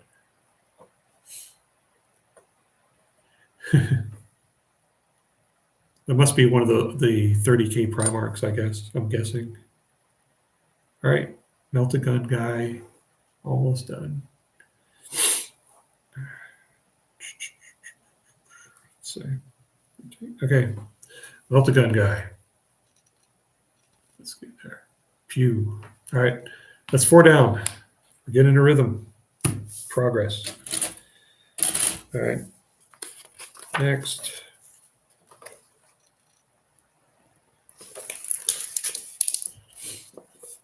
Okay, next guy is a guy with a bolter. Oh, there, I know the one you're talking about, Vanzig. The guy with the bolter. That dude. That dude. Where he's holding the bolter. That's awesome. The bolter belt. That is a cool figure. I want an entire squad with that. That is seriously. Oh, if I ever get the money, I'd love to own the legit. You know, are you building an 8-foot behemoth? Are you doing like some cosplay, something, or an Emperor Titan? Emperor Titan's gonna be huge. I mean, I like my 3D printed one. I think that's enough. I can't justify spending. Was it $2,400? Yeah, no worries. They have 10 ammo And because they have the rounds are so huge. I don't know. I think that's the rule of cool though for them. Man, I'm now a little sniffly.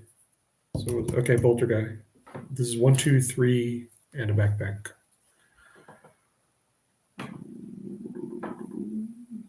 Cosplay.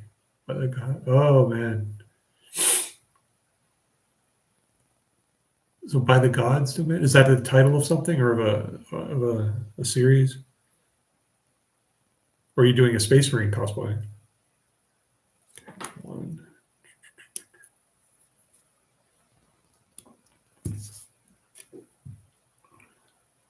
Abominata. Oh my god, dude. That's awesome. You'll have to show pictures of your progress. I saw on YouTube somebody doing Emperor Titan, and but it was from first and second edition, so it was not to poo-poo on spray, but so it was ugly just because first and second edition had a lot of ugly things, and but the commitment to do that stuff, I admire that.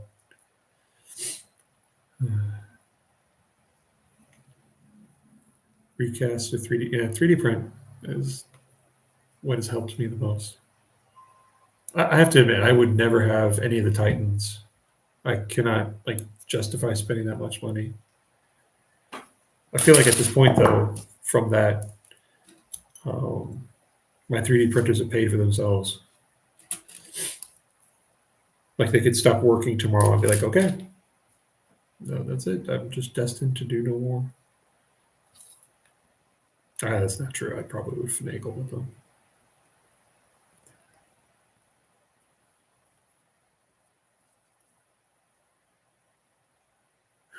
Nope, no chaos ones. I've seen the only on the YouTube that one dude doing the Emperor or Imperator Titan. Those are the only ones I've seen.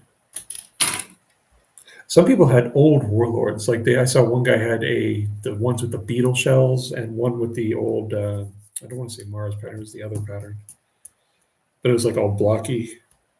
I do not like the aesthetic of those either. Let's see, 5 and 6. Oh, they come with a whole bunch of holders.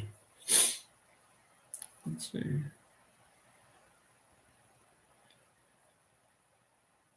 Well, some of these really look cool. I'm looking at the wrong sprue.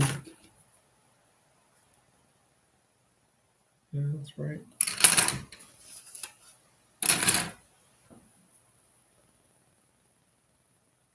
Oh, nice. I'll have to look. Oh, large transports are cool. I love the Thunderhawk. The Thunderhawk is pretty great. Dreadclaw Drop Pod and Cryptus Assault Claw for the AK. I'm not familiar with those at all. I'll have to look up. See, I go through oftentimes when I'm hanging out with Vanzig, when I was doing Twitch, I would go through the chat that we had and I would write down notes to things to look up. Because there's always something. What am I looking? Okay, 5 and 6. I'm looking for a bolter with a drum. Okay, this is mislabeled. I'd like to bring this to the attention of everybody in the entire world, or all 5 folks that are talking to me. But this says clearly here. This says number 4 above this right there. That's a number 4, and in the instructions, it has a number 5. So I'm totally going to sue. It's just wrong. But I'm pretty sure this is the one. If not, well, we're chaos. I'm doing it random again. All right, and 6, the arm, and maybe get him another head. I want to go with the unicorn head.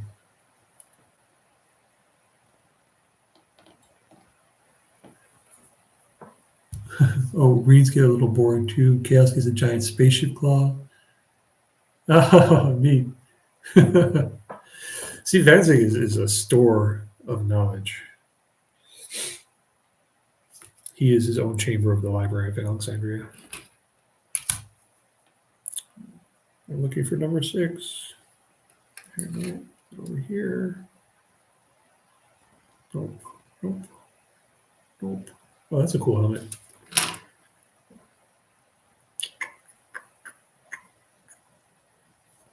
This is probably mislabeled too. I'm going to be grumpy. Yeah, this is mislabeled too, and it sucks because it's well, yeah, no, it's supposed to go connect to the gun, so I can't screw this one up.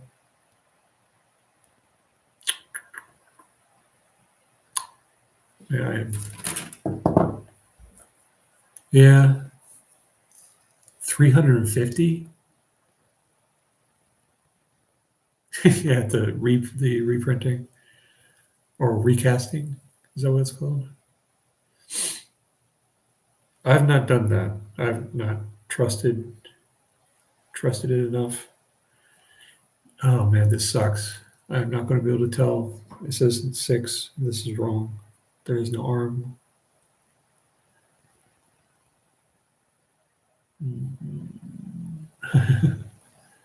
It's like, what would you like, a PlayStation 5 or a drop pod?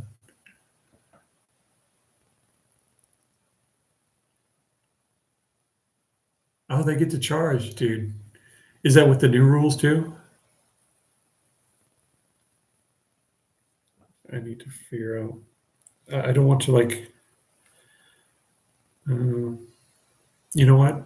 I might just try to find an arm that does. Yeah, you know what? I'm going to try to find an arm that does not even worry about that, and I'm going to stick some other arm on there. Yeah, I'm going to put a knife because you know what? That's it. Because we're chaos. We can do this. We can just ignore the instructions. So there we go. That's too bad. I really like this, the one with the drum barrel for the bolter.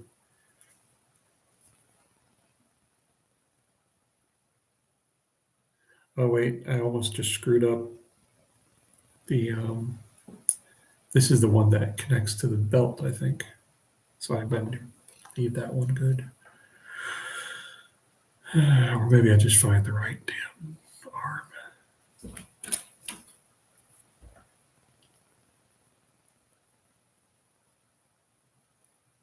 Oh, that's too bad. Let's see what that. I mean, I think this one might fit.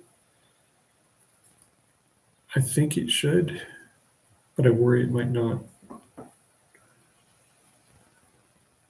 You know what? I'm going to take a risk. I'm going to try it. Okay, maybe there's some identifying characteristic that arm has that I can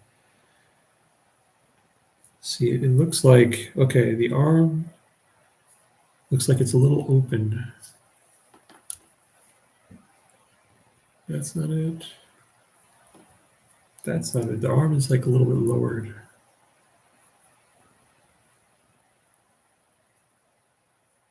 That is too open. Maybe it's not even on the sprue.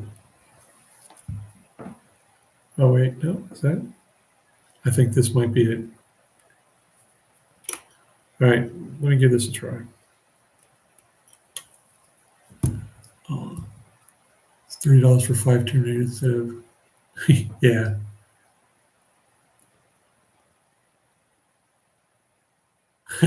Chaos Reaver for $400. Well, have you, Bled, have you tried Etsy and looked at like different things on Etsy? Blacklisted with a Chinese switch. Yeah. Are you finding much success on eBay? Because I tried it once or twice and I was just like, it felt like a hassle. And then I hate things where you have to basically keep a hawk's eye on people, like watch them very closely in the transaction. Etsy can be great, dude. I like Etsy. eBay, though, I had some negative experience. Oh, to be fair, though, I had negative experience on Etsy too, but the positive ones outweighed it. Like I still use the one printer that I always use, the scale tails. They always do good by me. Okay, let's see if this will work. If this is the right arm. It feels like it might be. I'm gonna have to try. Okay. Did I clean these? Am I still? I did not clean these yet.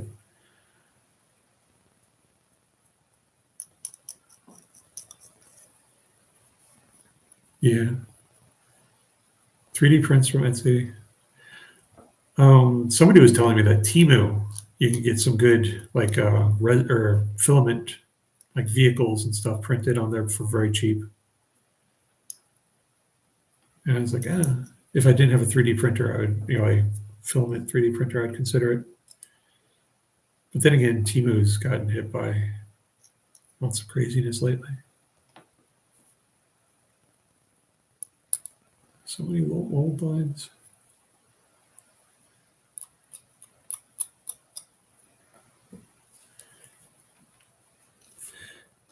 Yeah, but it's still somewhat of a gamble. But then at the price that you're doing with Temu, but also I don't know, I don't trust their security or like my information. Although can you use Google Pay? Google Pay at least puts a layer between you and them.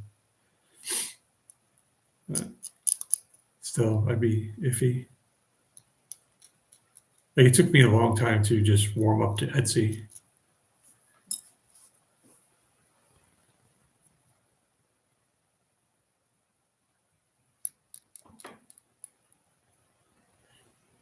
Yeah.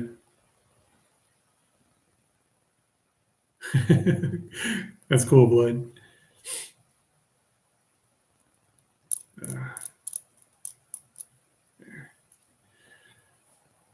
Man, I am only halfway through these guys. It's been 2 hours. Usually I can do a squad of 10 in 3 hours. But I'm having too much fun just chatting. It's nice. I felt like I got the camera working better tonight. And I'm glad that the audio is better. Cleaned up. Okay. So this dude. I'm hoping that I've got the right arm for his bolter.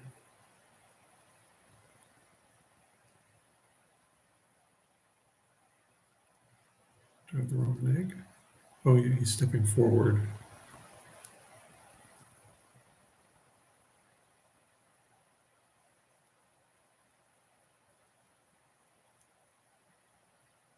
Oh, is that it? Oh yeah, that's it. Okay.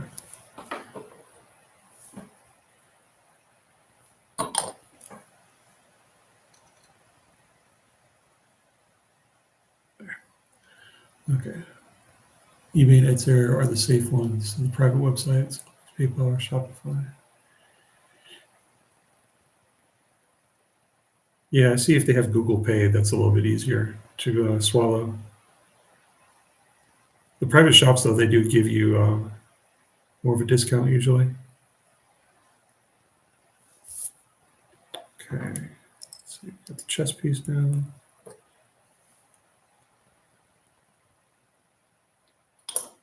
But then you don't have much recourse if they do something goofy. Special deals with mail companies, they send small orders. Oh, that's good. Okay, let's see if I can get this. All right, this time I'm going to actually glue the arm on first instead of the arm to the weapon, in case I need to swap out this arm if this doesn't fit. So let's see how it goes.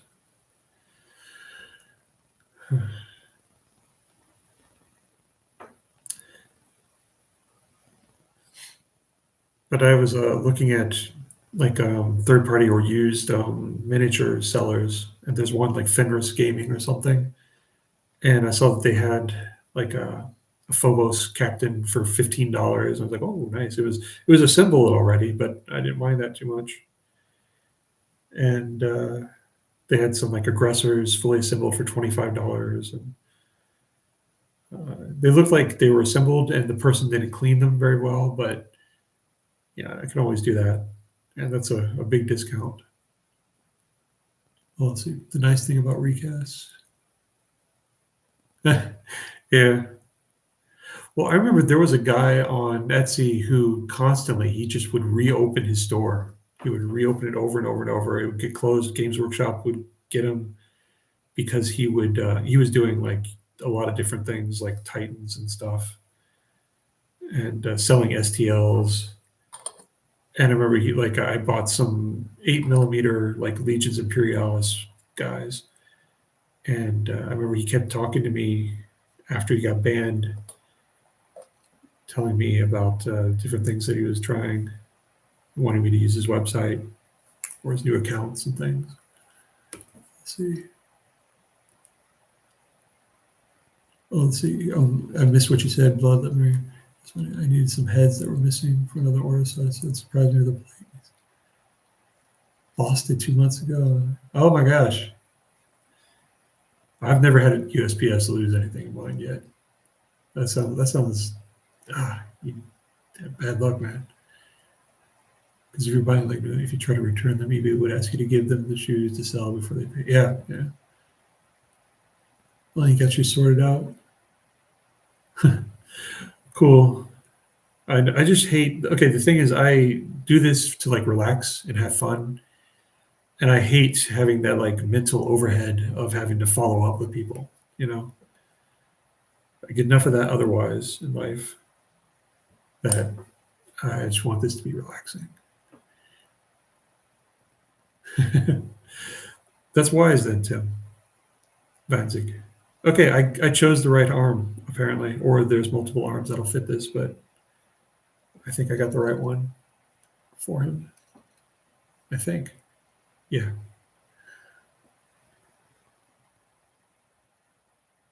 Yeah, no wire protection. It's too iffy. Sometimes if they're well, you remember that one you said, Tim, you had the hardest time with them to get those across the Canada border, those Primarchs.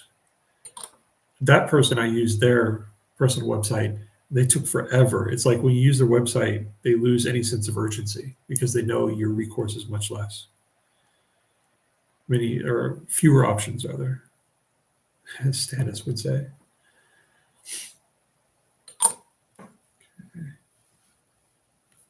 There we go. But to her credit, she did get them to me. If it's the same person I'm thinking of. I forgot to do shoulder pads again. Man.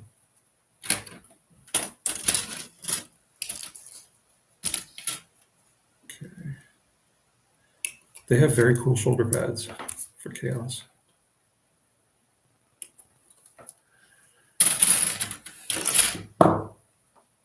Yeah. So they just kind of take their time with it.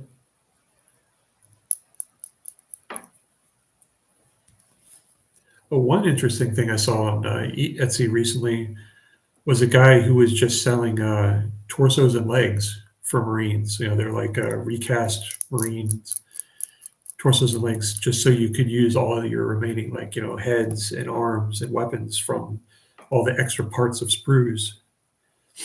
And I was like, oh, that's a wise thing. You know, that's kind of cool. Except that I looked at his like print quality. He had lots of complaints about his print quality, so I didn't pull the trigger on it. But I thought that's a good idea, though. Just buying torsos and whatnot. Let's see. China sends it to them. They mail it to you. Oh, yeah, that makes sense. They just have China do it. Yeah. Yeah.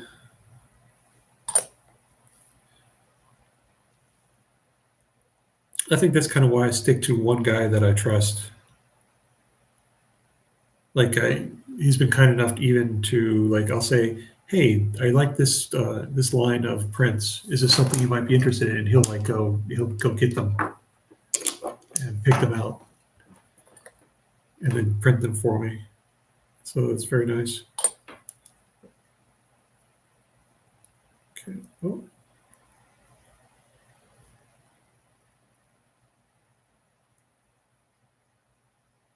There. you know, this might be the wrong arm, but at this point, I don't care. It fits. It's just not 100% fit. Okay, that's number 5.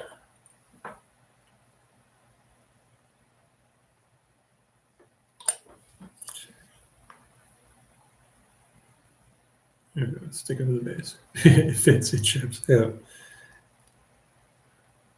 Last Hope. He's pretty good.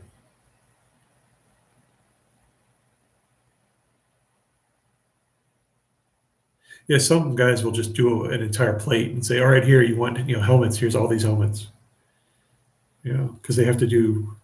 That's one kind of cool thing about resin printing over filament printing, is you can, if you don't fill up a plate, you're just wasting the time. If you fill up in a plate entirely, is the same as putting just one thing on the plate. With filament, it has to go through every single piece. So okay, so that's number 5. Now we're doing the cool guy with the bolter, which I have to do this guy. The cool guy with the bolter is 10 and 11.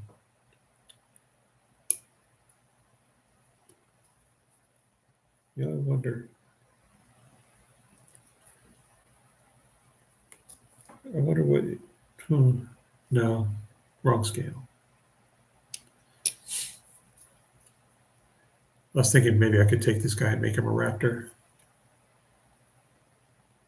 I could switch out some pieces. He's got too much grim dark on him. Let's see, 10. Where's 10? It's over here. Yeah.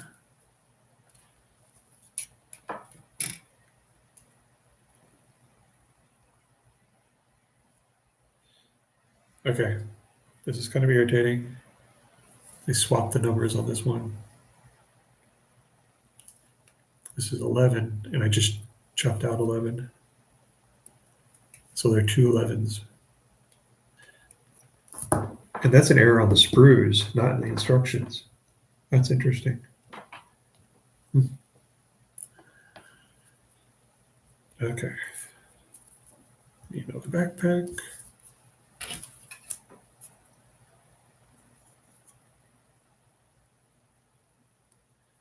Yeah, I'm getting hungry. I'm gonna have to heat up some leftovers from tonight. What time is it? I can't see. I'll check my phone. Oh, it's only 11 o'clock. I must have gotten started early. That's good, though. I feel like lucky that I caught you guys. It was nice that Seaton stopped in. 10, 11, 12, 132. Okay, so I need the chest piece. Chest piece is over here.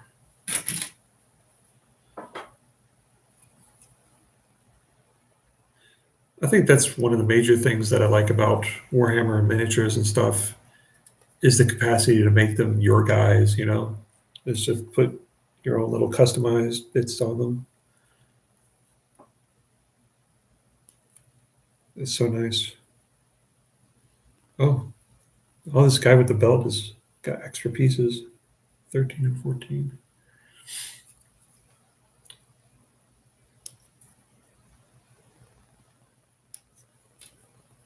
Thing to avoid on recasts, things like long speed. Yeah, things that warp. Yeah, I still have. I got some artillery pieces from a guy doing printing when I first got into Etsy, and the barrels are all like shoop. And I haven't fixed them. I should fix them. Let's see, 14. Now I'm looking for the arm that holds the belt. It looks like. Hard to tell. Maybe it's on the other screen.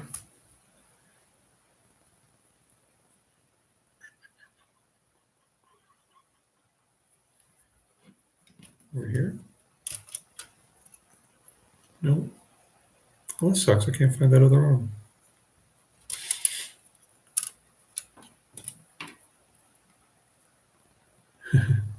My 3D prints, I've had good luck, except for a few where the people, I think they did not cure them enough. and so they just kind of curled. After like I let there it is, but where I let them like sit, I think maybe they got some exposure or something, but these curled. Okay. Need a head.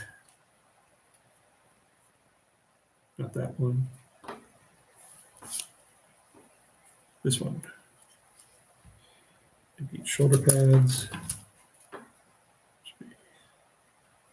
This one. And this one. Curl like a curly fry. That must have taken some work for them to get it like that, though. Okay, any other pieces? No.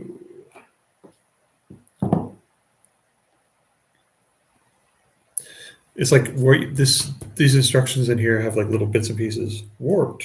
The armor worn by legionaries is adorned with horns and spikes. Thank you. It's nice to know that. It's like they get that, but they can't get the numbers right. All right, cleaning. Let's see, I need to find some reliable chain axes. No,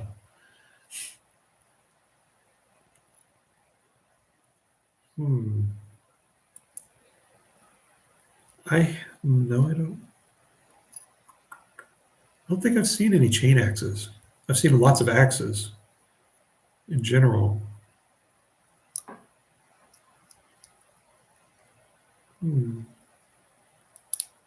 Think about it. I haven't seen that many corn third-party things on Etsy for corn 40K guys.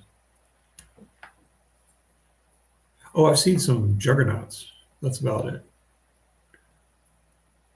Yeah, exactly. I think the ones on Etsy are not that interesting. I've seen juggernauts on Etsy that I do not like because they looked more like pigs. I didn't like the look of them. Oh, are they the two-handed ones? Mark II assault marines. Well, maybe you could cut out some of the haft. Yeah, probably two-handed. Excuse me.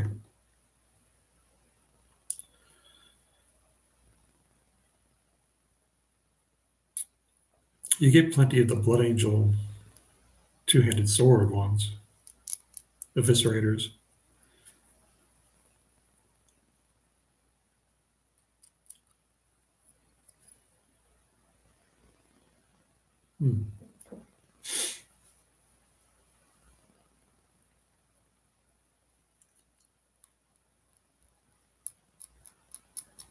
Huh. Well, it could be an aesthetic choice, or maybe you could do something to shorten them.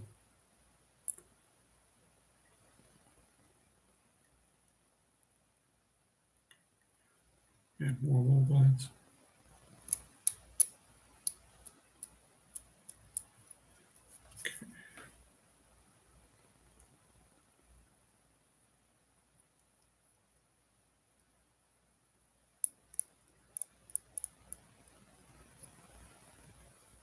Is it? That's crazy. Yeah, bigger is always better. I don't know. Lately, I've been making things like dual wieldy. Like I've been on this kick of giving people two power swords. I didn't realize it until like I saw, oh, this is the third figure I've given two power swords to.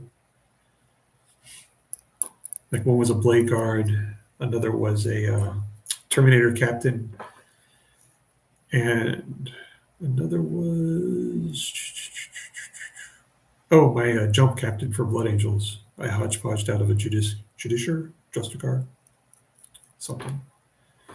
I gave him two power swords. Yeah, isn't it? Dual wielding is so much cooler, I figured. And if somebody has a flat, 4+ invulnerable save, they don't need to be toting around a big shield. It could come from the was it Iron Halo?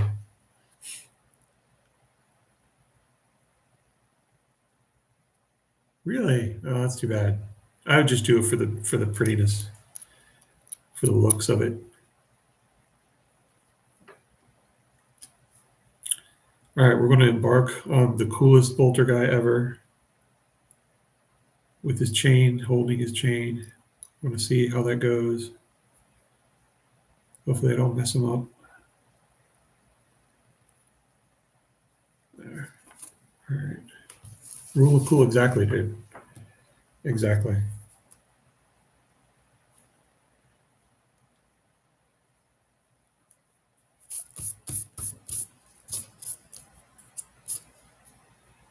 Oh, last time I was at a game store, I remember there was an argument. Oh, okay, what was it? There was an argument about a sort of a rule of cool thing where a guy was wanting to use rhinos to transport Primaris Marines, but the guy was saying Primaris Marines can't get into rhinos. Is that a true thing? Like they can't use rhinos, but they can use Land Raiders. So should it be like a size thing, or is it just Games Workshop wants to sell their new tanks? What is it? Oh, pairs of claws are still a thing. Yeah. The claws look good, except the Terminator lightning claws kind of suck, like stats wise. Yeah, they can't be in rhinos. What is up with that? Yeah, I don't understand. I mean, maybe take it down, make them have to have like they can't transport character models and the Primaris or something. But I don't know. 8-bound exalted in Rhino. I don't. Yeah, I don't know. I feel like the Rhino, it's so shit. All you are doing is buying it as a transport. Yeah. Well, I remember back in 40 to Epic 40K, Rhinos could just transport 2 stands of infantry, and it could be a stand of 5 guys or up to 1 guy and it's 2 retinue or whatever. I don't know. This is the thing. We like sit around and we're talking about Games Workshop, and we get all righteously indignant because really, Games Workshop, they're so rude, so mean with their with their paint pots that always dehydrate, and their overprices and their changes of rules just to sell more miniatures and blah blah blah. And yet, I love this stuff. I love playing with the plastic. Yeah, they're looking out for it. The advantage of the Land Raider, well, you got to charge out of it. Well, didn't it in the original rules like could only 5 Land Raider or Terminators fit into Land Raider? Something like the very first rules in first edition. I remember something being weird about it, but then they changed it for second, if I recall. Back when Rhinos had those huge templates. In third, I started in first and then second, and then I left at the early part of second. Like that box set was the box set I did not buy when they introduced it. But that was when, like, first and second edition, they blur it a lot because they would introduce supplements and they would just, wipe out tons and tons of rules or entire army rules and things.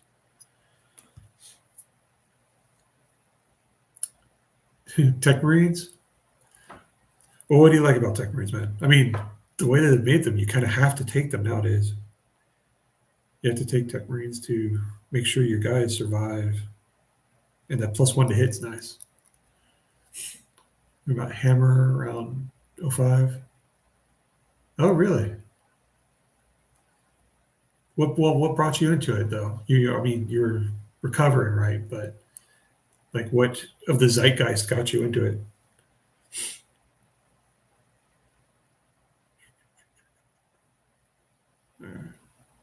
All right, I've almost got this guy ready to go. Oh, he's got orcs. Did you guys like split a set or something? Okay.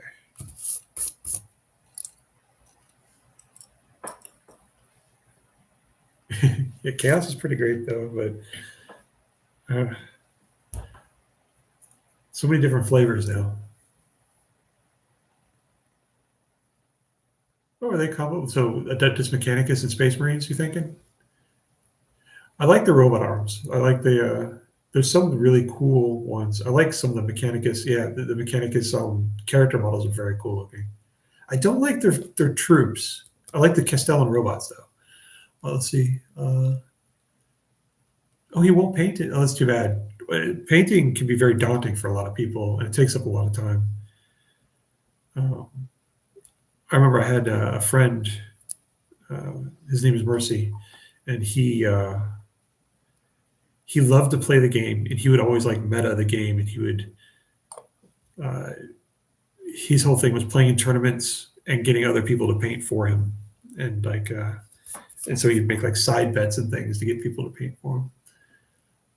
Robot arms are, yeah, Iron Hands.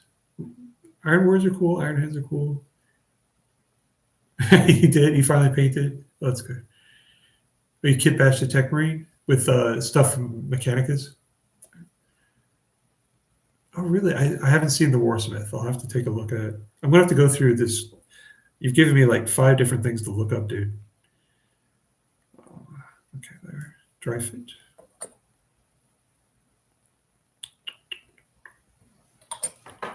I feel like the Iron Warriors and Iron Hands are pretty neglected, though.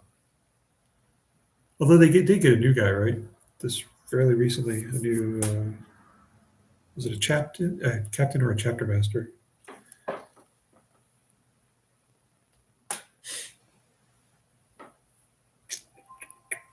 Okay.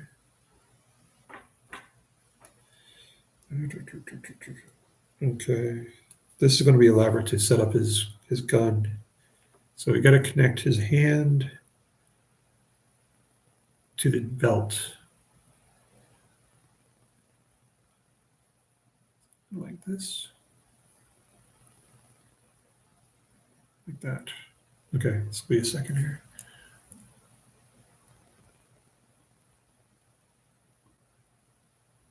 Got a recast. It's going to be a special edition, ultra rare one, only available from Warhammer. Oh, cool. Interesting.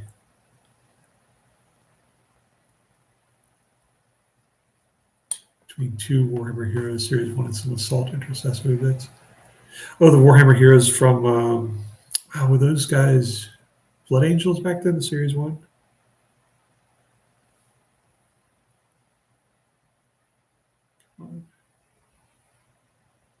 I had this just a second ago.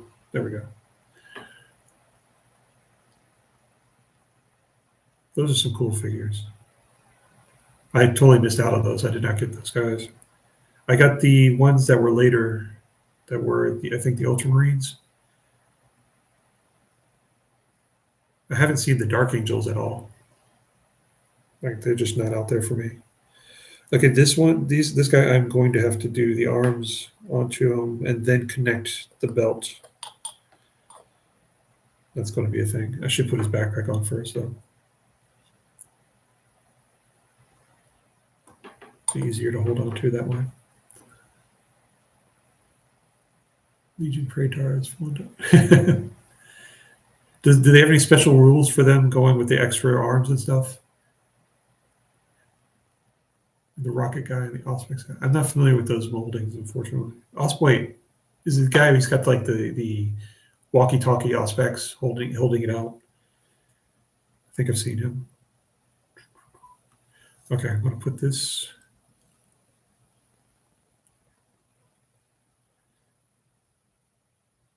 Do you remember, Tim, how they used to, like Tech Marines could do lots of stuff. Like you could give them field modifications to vehicles right on the, right in the middle of the game in first and second edition. They had like a special little chart, and you could like give a few extra points to a stat or something. Yeah, that's pretty cool. In 40K now, in 10th edition, all you do is you just add a 1d3 wounds. That's all you can do now. That's kind of cool.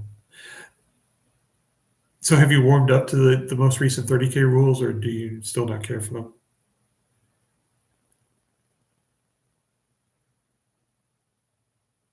So remember you said you had some problems with it. Okay, let me see if I can get this to work right.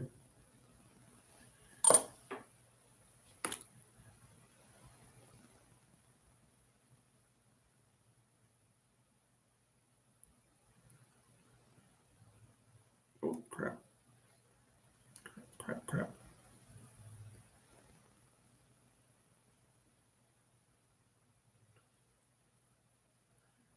Yeah, that's too bad. I've been thinking about getting the what is their combat patrol for the Marines?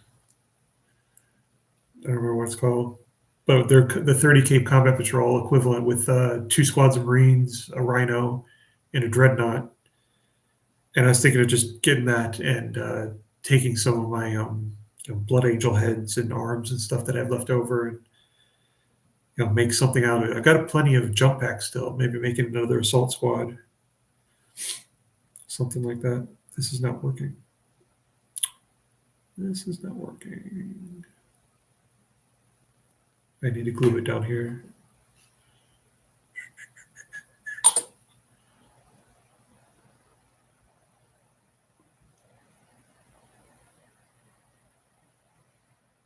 Okay. I think I got it. I think I got it. Please stay. No, I don't have it. It's a little bit off on the belt.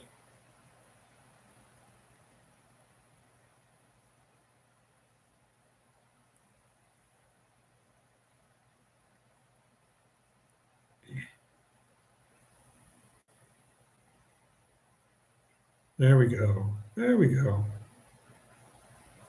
Oh, crap. The reason why I was working was because one of the arms is about to fall off.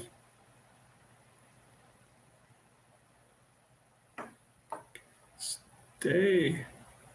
Please stay. Stick. Okay, let's see. 3 for 3 on Kit Bash Space Marine characters. Oh, cool. It's always so much more rewarding to get something and create it, even if it's like a little thing, to replace a part here or there. And I already showed Vanzik this, but I like this is the Raptors guy I'm using for Lieutenant with combi weapon, and of course, you replace his head. Let's see, replace his head and replace his combi weapon with a sniper rifle, because every single Raptor has a sniper rifle, and it's so much more fun to have something that's uniquely yours. And I was thinking that was why I really enjoy the hobby. Coming up with your own thing. Oops, I put his head on backwards. Not quite that unique. So the base size is the same as 40K. Yeah.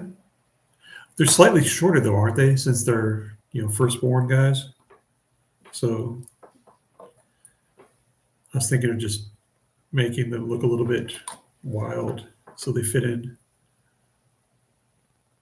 Yeah. That's good, man. I love kit bashing. Although, to be fair, there's some things that I like keeping, like for the baseline. Like there's something about seeing a crisp tactical or intercessor squad. To me, I feel like when I do a regular Marine, it's sort of like stretching your legs, painting wise. Your 30K ones are just a little bit shorter. Okay. Yeah, I mean they are scrawny. Like some of the old Grey Knights are pretty scrawny. Okay, I think that's it. Okay, let me get this guy on his base.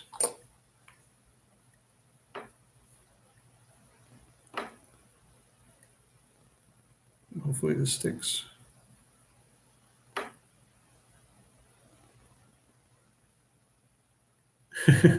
Really? Yeah. It's unfortunate about that scale change. And it's kind of rough that they couched it in lore. I think they would have had a much easier time if they just said, look, we're making bigger figures now. I don't know. Okay, there's the dude with the chain. Daka Daka. Oh, it broke. Oh no, it broke off. Turn it. I need to fix it. Yeah, that's better. Oh. Daka Daka.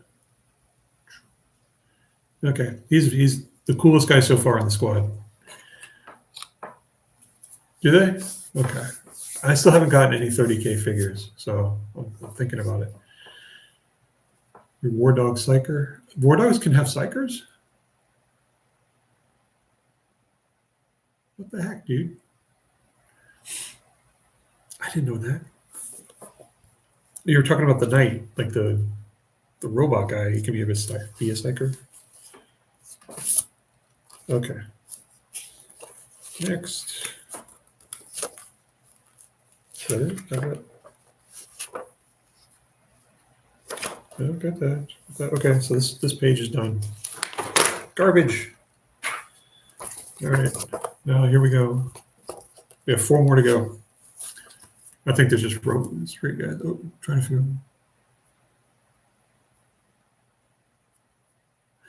Cool. Oh, really? Well, yeah. I remember the Thousand Suns. Like all of them. Like they were all actually really strong Psychers too. Yeah. Blood Angels. They had a. Well, they get that single engine jetpack, which I think is kind of cool looking. Okay. All right. Come on. I need to get these guys. I need to do this. 20 and 21. All right. I'd like to get these guys done so I can put them on a shelf and forget about them forever. Probably. 51. Is it torso? That's not the torso sprue. There it is.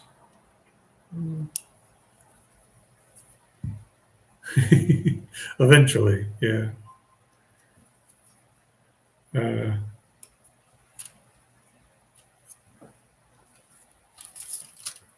It's more fun. It's definitely much more fun. Like I would not trade talking and hanging out with you guys for getting done faster. You know, let's see, 22. Now I need a chest piece. You know, I totally do not trust the numbers on this anymore after having like 3 different things be wrong. I don't trust these anymore. Okay, 23 and 24. Now let's see if this arm is correct. Let's see, here's 23, which is a gun. I need a matching 24, which, you know what, I probably already used it. I probably used it for the guy that I screwed it up with. So let's see. You may end up having a very nice chain sword instead and a bolt pistol. Yeah, looks like I may have to do that. Let's see, is there any over here? Nope, here it is. I found it. Good. Let's see, Librarian Dreadnought.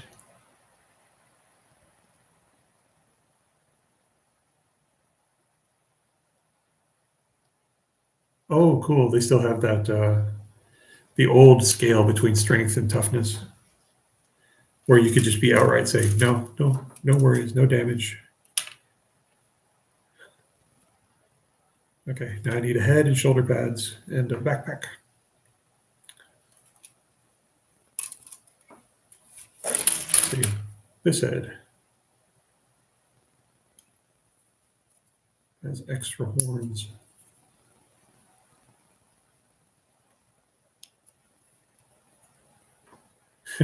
I mean, I don't know.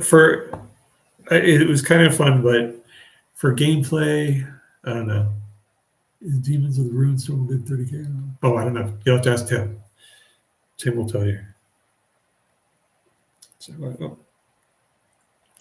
I need shoulders and backpack. Here's shoulders.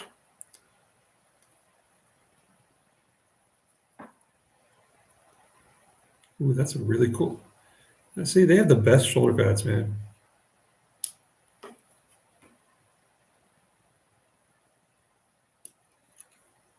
That was a nice shoulder pad. And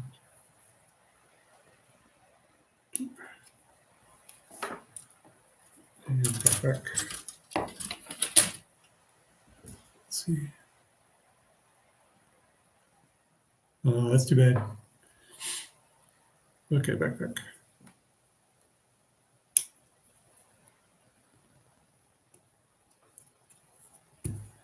You know what I would like to see is from 30K, I would like to see Xenos armies. I'd like to see like what an old Eldar army would be like, even though it probably wouldn't be that different. But I'd like to see like pre-awakening or early awakening Necrons, or um, Tyranid scouts, or a stronger Gene Stealer presence or something, or what else would we get? Leagues of Votan, back when they still had, you know, three-wheelers and rode motorbikes, stuff like that. That might be fun. Oh, let's see. 18 Marines, Custodes, Militia, Mechanicum, Imperial Guard, and Black Shield. Oh, a little pet peeve of mine is that I hate the Victrix Guard. Well, dude, the Victrix Guard, their stats are really nice, but the models, I cannot look at the models without thinking that the Victrix Guard are just guys who were riding a motorcycle and a pigeon splatted into their face. I mean, you look at that symbol, just like spoof, right over. The wings are right over. It looks like the head's right on their face. I look at that every time, just like I shake my head. But they're such good like figures, and the lore is cool that I just can't get into them. I don't know. I mean, they can be so cool, but I just think it could be better. There's so many like their standard bearer is so cool looking. That standard is so great.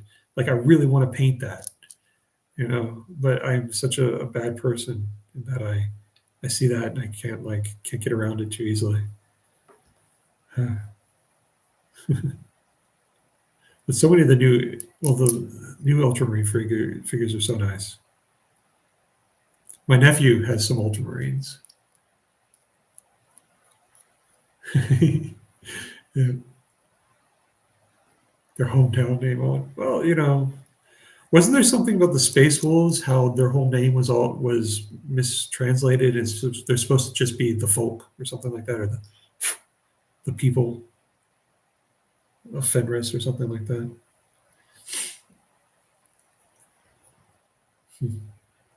It makes sense that Space Wolves is a name that other people gave them.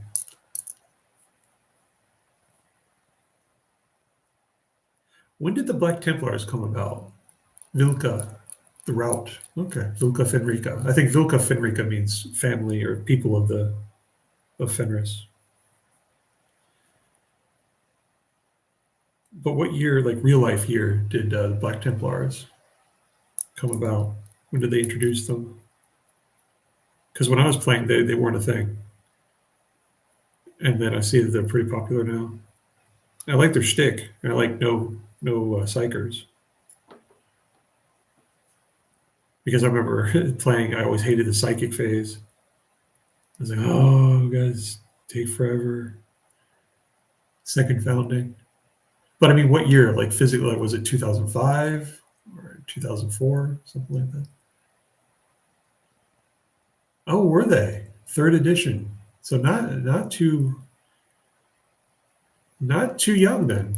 Like just right after I quit, probably. Well, probably 3 or 4 years after I quit. That's cool though.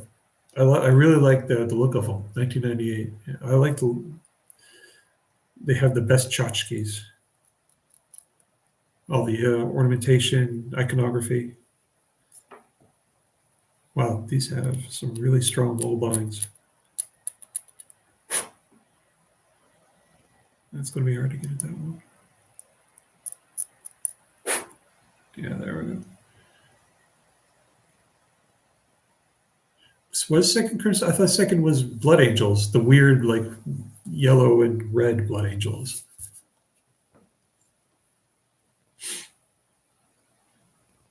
Because you remember when they had the one with the guy with the power fist holding up and the pistol, yeah, and then Ultramarines, Spiritual Liege, and all that. Liege.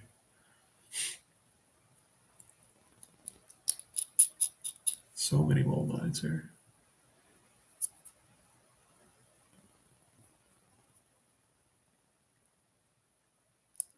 Every time I talk to people about 40K at our local game place, They always ask me like, how did anybody get anything done in first edition?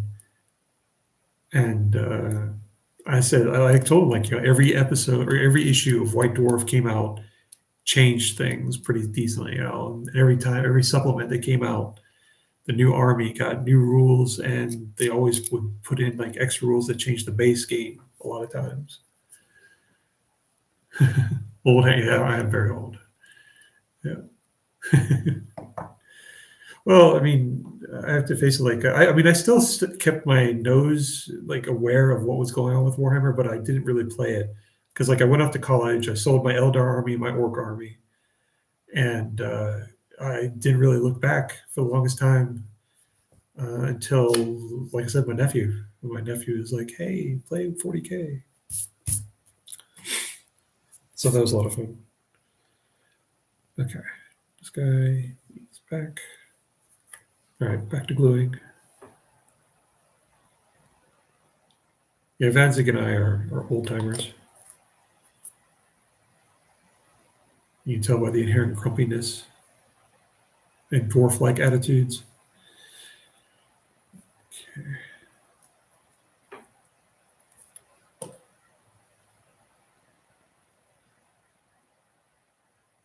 Oh, but have you seen? There's a YouTube channel called Crown of Command. I think might have told you about this, Tim. They do purely like second edition Warhammer stuff. Well, he does all this second edition Warhammer stuff, and it's all like the same aesthetic, like all the goblin green bases, the styrofoam hills and things, and it's like, oh, pure nostalgia. Yeah, goblin green bases, man. And we're very dwarf-like. We are very, very grumpy. But I mean, how can you be with, after 30 years of not playing and then coming back and seeing the same paint pots that you hated back then? The same exact ones, only they cost twice as much now.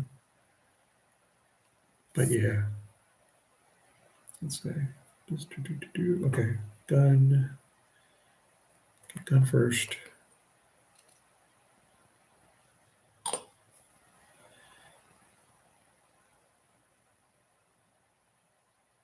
So I imagine these Marines are mainly like shooty, less close combat,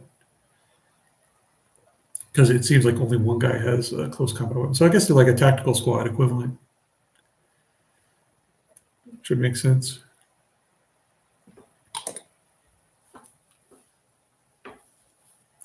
To be honest, though, Tim, I like modern basing better. I like the different things you can do with the modern base. Oops, I need to put glue on the gun. Yeah.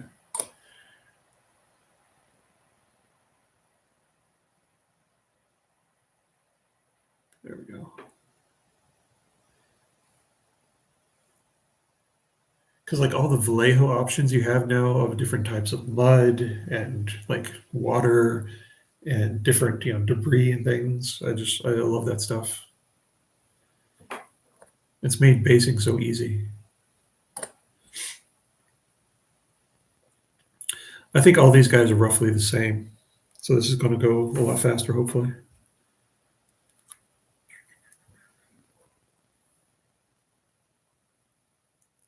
All these guys look to be like they're just holding bolters up and shooting.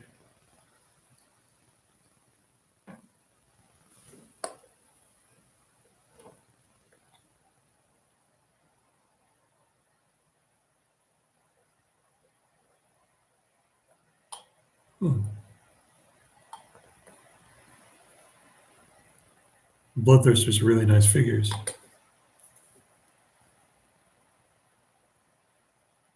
Especially that kit where you can make Scarbrand. Oops. Did I do this wrong? I did this wrong. Oops. Give me that back. I put the wrong shoulder pad. The wrong shoulder.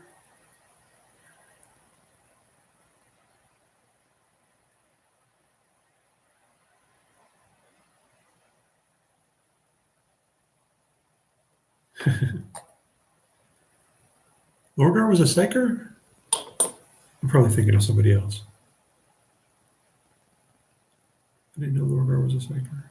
Wait, Lorgar is the evil guy, right? Showing my lack of Horus Heresy knowledge.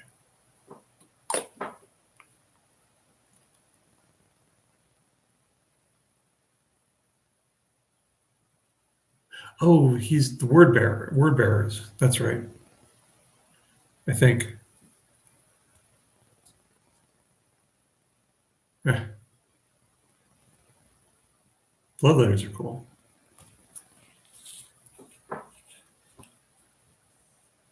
I always make them in Total War Warhammer, even though the Chaos Warriors are a little bit better. The blood letters are just cool looking. Okay. Oh, this guy's pretty cool too. This guy with the bolter, he has it's belt fed from a pouch on his back. That's kind of nice looking. Okay. Well, it's getting cold in here. 94.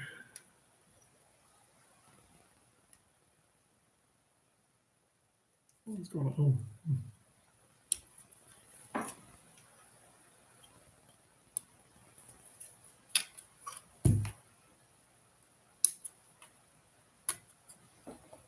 All right, 95. I think that's 95. Yeah, that's 95 right there. Does he have a knife? Yeah, that's cool.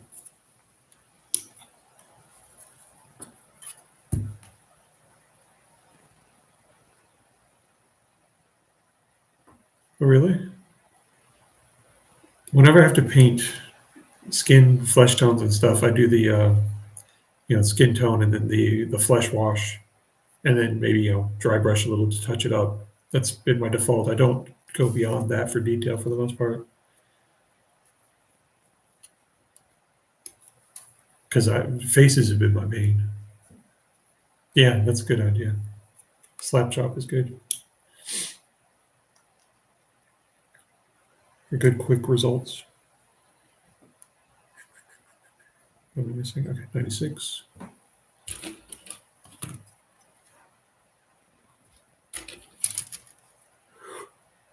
Excuse me. Starting to get tired. There, 96.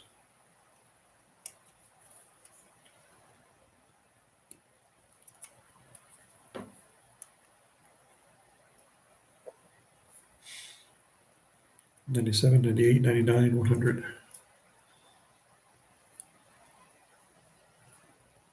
There's 100.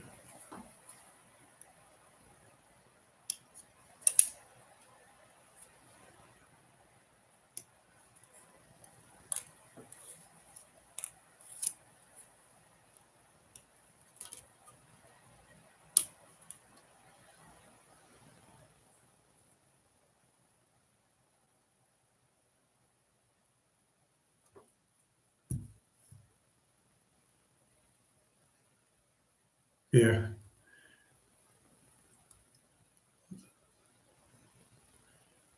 Dry brush is. Have you looked at Artis Opus's channel? He has a really good intro to dry brushing.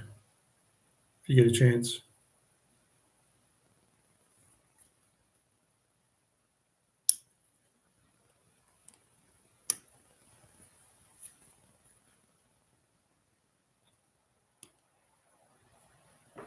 Let's see. Don't need arms.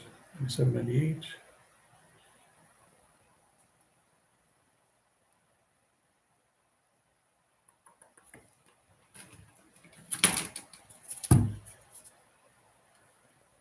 There we go. 97 and 98 right beside each other.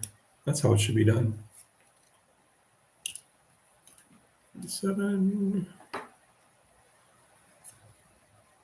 98. Okay. I think that's it. Did I get the backpack? No, I did not do the backpack. Got the shoulders. Got the head. Okay, it's the backpack.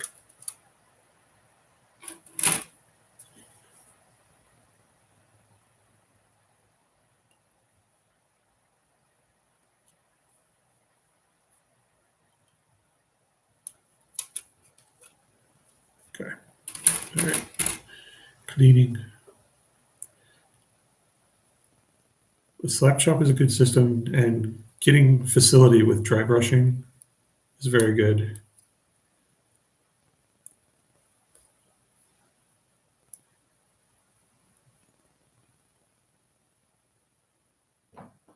You know, then yeah. Well, a good thing. There are some boards, or if you find any sort of like a plastic panel with a good amount of texture, you can practice on that.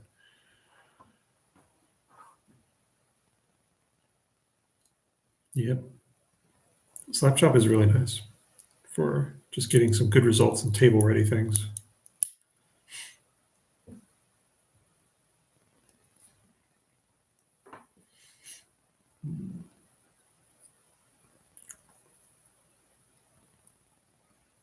There we go.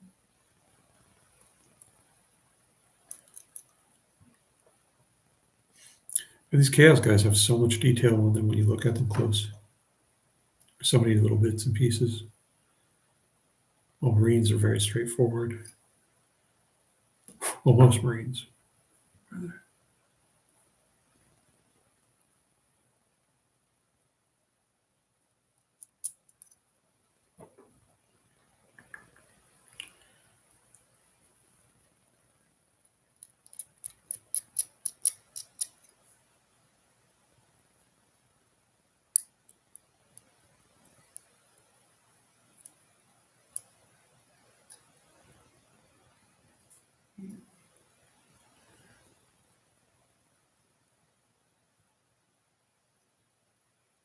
Oh, bits and chunks, like things that you kit bashed onto it. Is it like Nurgle based or something? That would be pretty gross. Nurgle Titan.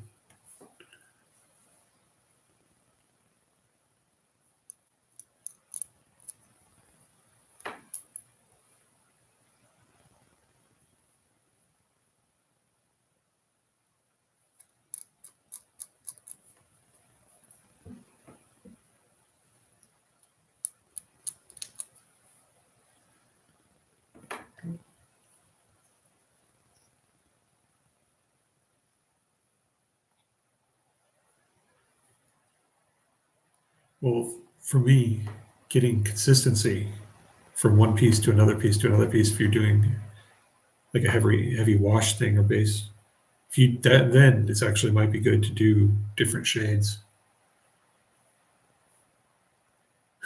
Tentacles, pustules, horns. Well, is it Nurgle guy? Because dude, gross.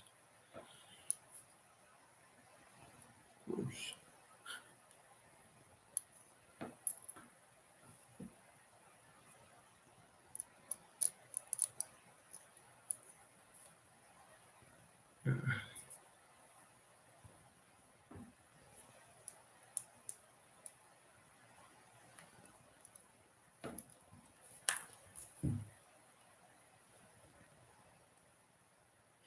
When you get, I'd be interested in seeing a picture of it. By the way, if you get it going, get it done. Painted for corn. Ah, that's pretty cool, dude.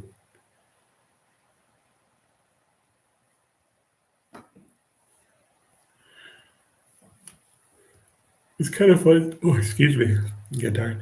It's kind of fun the freedom you do have with chaos stuff. Like with my old world guys, I didn't feel any qualms about just slapping on some weirdness to them, like tentacles or things every now and then when I was modeling them. Okay. This guy, he needs his leg. Dry fit. Where does this go? There. Okay. That's straightforward.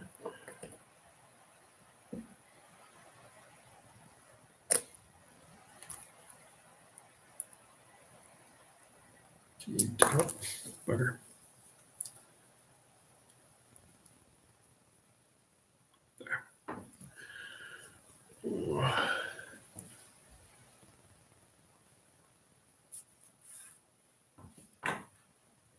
Okay.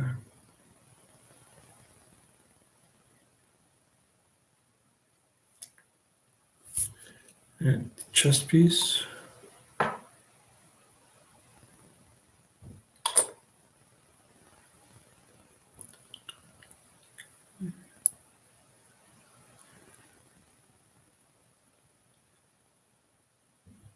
When do you think you'll have it board ready, you think? Because you should definitely put up some pictures of it. I would advocate it strongly. For purely selfish reasons, just because I want to see it. So where does this go?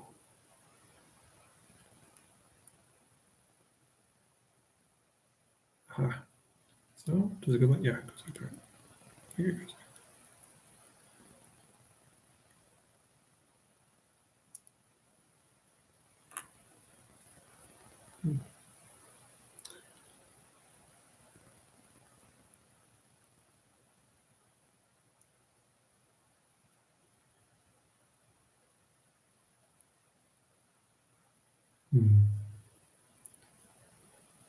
They do not have a spot where this goes. Oh, there we go. Yeah, I have to glue that there first.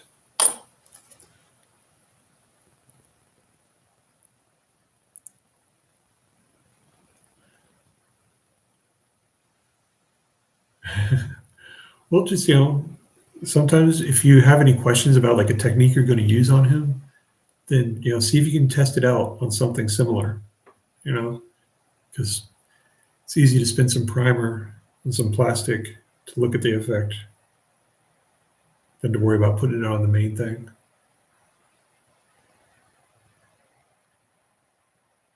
Oh, yeah. Tim speaks wisdom there. The oil wash, that's huge for dirtying things up.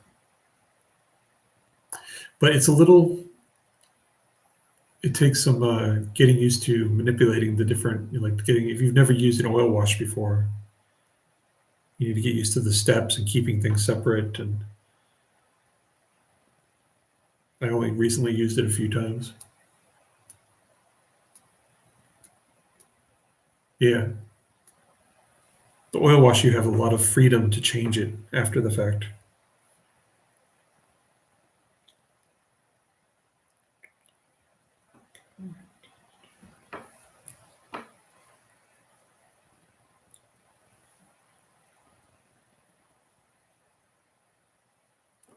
Missed the spot.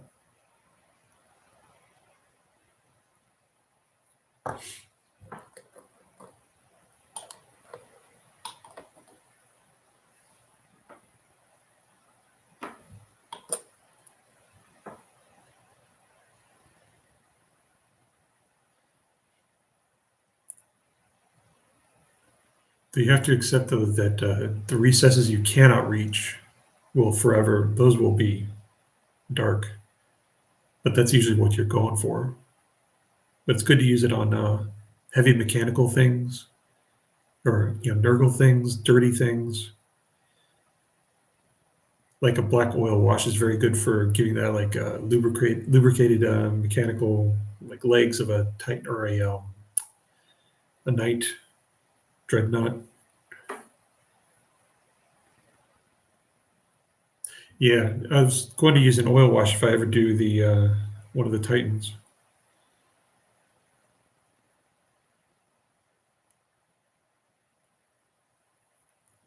Like that was going to be like a dominant aspect would be spray painting silver or Necron silver or lead belcher and using an oil wash on it.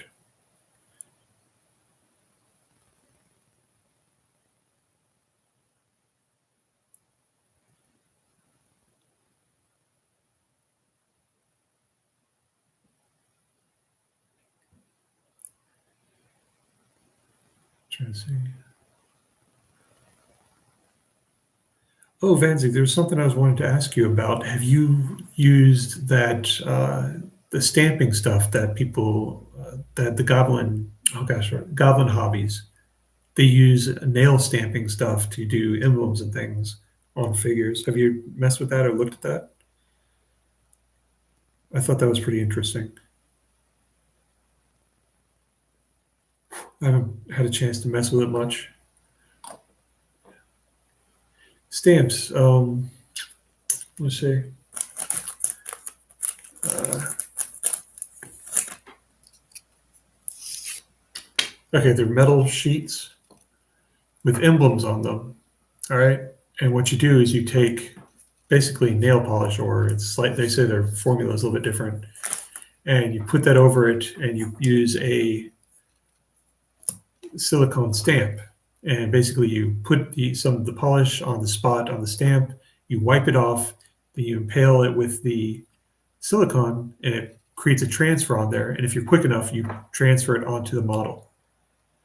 And I've only done it once so far, and it was kind of, I was basically trying to get the X's on the shoulders of my death company guys. And I did it once, and I wasn't super happy with the results, but I could see how in the future, like for other things, because it's apparently very good for putting like checkerboards or stripes on things. But I think it's niche, but it's good for like if you want to do a whole bunch of numbers on like Imperial Guard shoulders or some of this emblems on Marine shoulder pads. But I would be careful with that because you kind of need to come straight on it. Curved surfaces are not super friendly to it, at least in my experience. But that experience is very limited. But they're kind of cool. Like my wife had some that she was showing me because I was telling her about it, and they have camouflage. So you can basically take the stamper, and if you have a panel, you can slap on a camouflage pattern on there pretty easy. Like all sorts of weird, like a digital camouflage or tiger stripe, things like that. I'm not 100% sold on it, but it looks like it has, use potential. Yeah, maybe. But they have a whole bunch of different kinds of templates. And so I've been like, oh, I've been wanting to experiment on them. I'm just waiting. Like, I think I might use it a little bit on when I do a vehicle or something like that. I might see what I can do with that. On Marines, you can use it on the shoulder pads and everything, but I have enough decals, and I really like I've got it down to a rhythm for doing decals. So I don't think I really need it for that. But for other things, I definitely might use it, like putting stripes on things. I was thinking of trying it on a chainsword before painting the chainsword, or before putting it on there, just doing boom and try to get the stripes of a chainsword, like those yellow stripes that people often have on it. But you got to do it quick because it dries very quickly.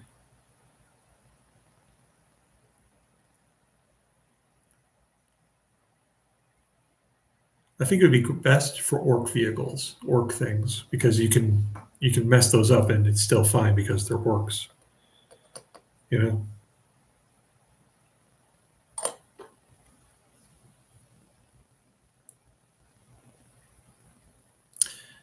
All right, this guy, he's definitely looking small compared to Primaris guys. Do you think they're going to do a Primaris equivalent for Chaos Marines later? Something like, what's that big bad guy? Their super scientist, I forget his name.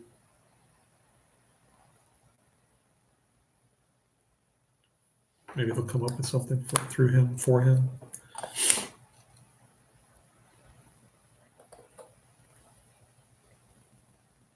There we go. Ah. There we go. Are they? Well, these aren't new ones. What are some, that's right. The Thousand Suns too, right? Some of their new guys. They're on 40 millimeter. Excuse me. Oh, he did not take. Yeah.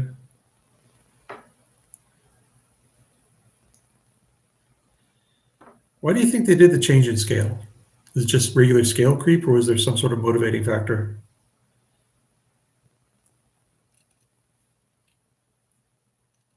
There, that guy's done now. Let's see.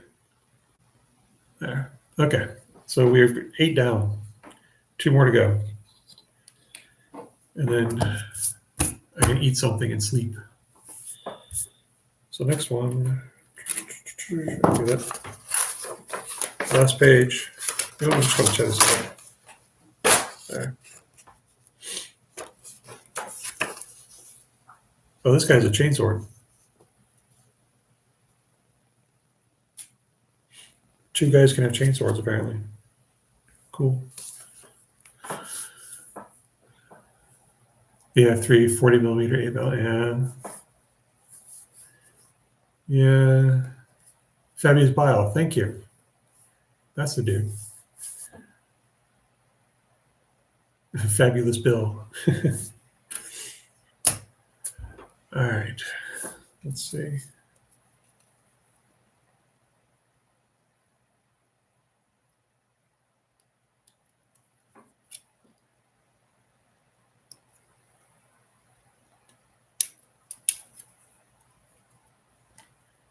Chainsword 47.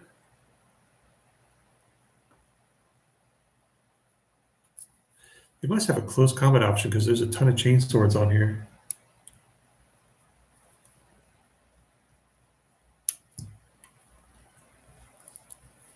Let's see. Releasing Troopers 32. Yeah.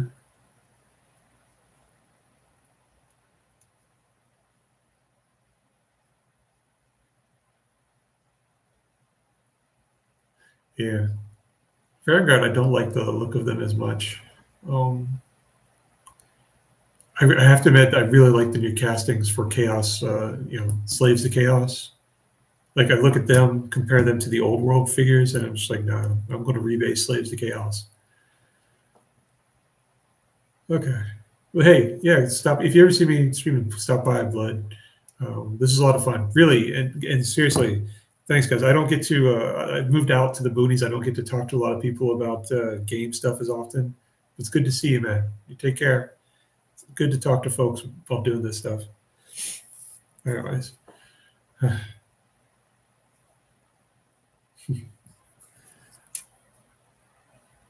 Yeah, the closest actual game store to me is a good 50 minutes away now. Just too bad. But I really love moving here, though. It's really nice. I feel very lucky. Let's see, 44 and 45. There's 45.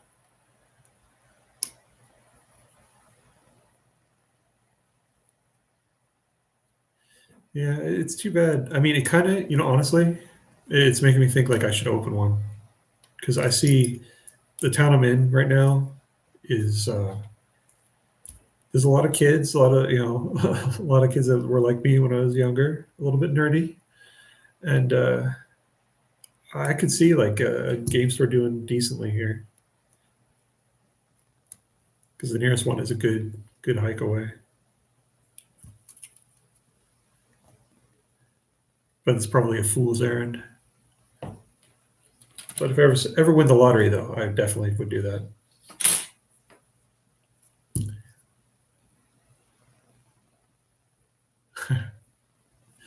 GW stores, though, since they have to charge like MSRP, nobody buys shit from there. Like I've gone in and I walked into one that was actually like on my travel from where I live now to where the rest of my family lives. There's a Games Workshop right along the way, and so I stopped there and I come in and I'm like, oh, okay, I should buy something. So I picked up like some primer and I picked up warlocks for Eldar. I was like, okay, 2 warlocks, that's not bad for like 40 or $50. And then I walked up and they're like $70 for 2 warlocks. I was like, what? No. And I put that back. I got the primer, or Mephiston Red, but dang, it was just. I mean, no wonder people just buy stuff off of Amazon because the 15% off. No, they're really not. Yeah. So what's the entire point of Games Workshop? The actual brick and mortar stores. So once again, we find another thing to complain about with games. This is what we've been doing all night, just complaining. Okay, I need a bolt pistol 48.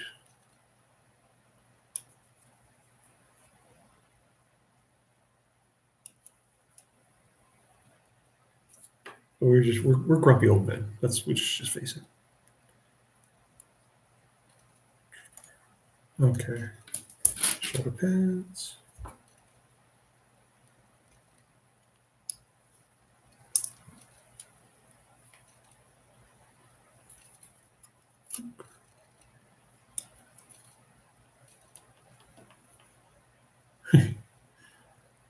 Yeah.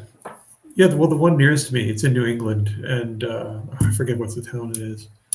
The one nearest to me has it's a very thin strip. It's like, okay, this table, like this table and a half is as wide as it is, and it's all just stuff lined up. And there's one table in the back, and then it opens up a little bit because I think they have like some opening with this pizza store next to it. But it's so narrow, and you can't look at things if there are people and they're talking. You can't. There's no room to actually look at anything.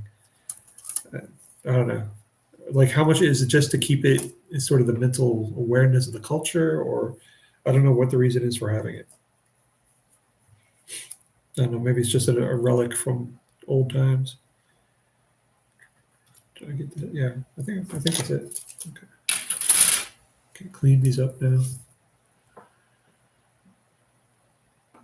Yeah, I felt bad for the manager when I talked to him a little bit because when I went up there to get the two warlocks, and then he saw me, and I was like, what? $70? No, it seemed like he was very familiar with that expression, very familiar with that reaction to the prices and everything. I don't know, but you look at it, and yet they raise prices again. So I don't know. They have to be doing something right because they are. I think they're more successful now than they've ever been. They've, they're in the culture a lot more than before. People are familiar with it that wouldn't ever have been familiar with it before. Okay, so that's good.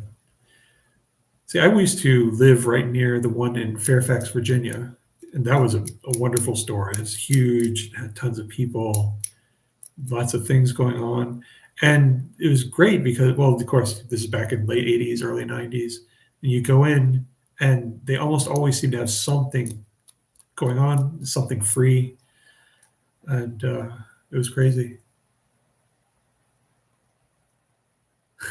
No parking. Oh, geez. Yeah.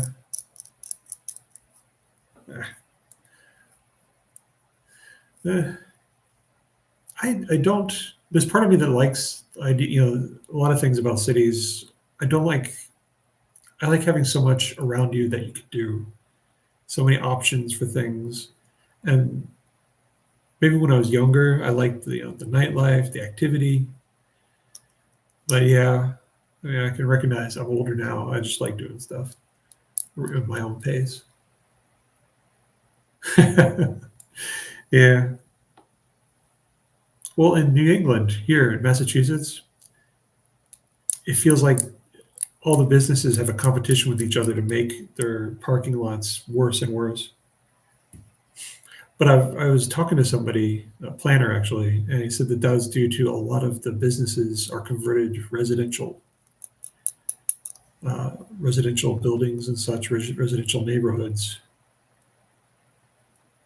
and so that space is at a premium. Uh,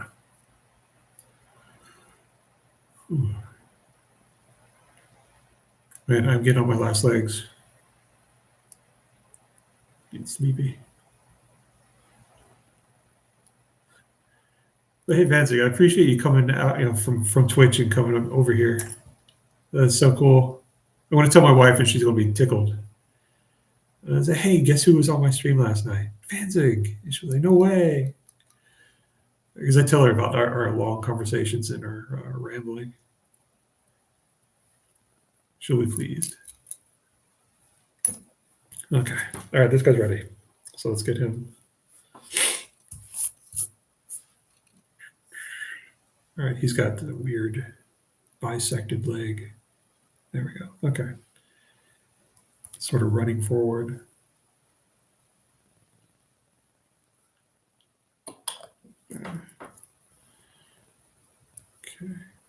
It's actually not that late, is it though? Oh, you know, daylight savings time. So that's probably why I'm feeling it.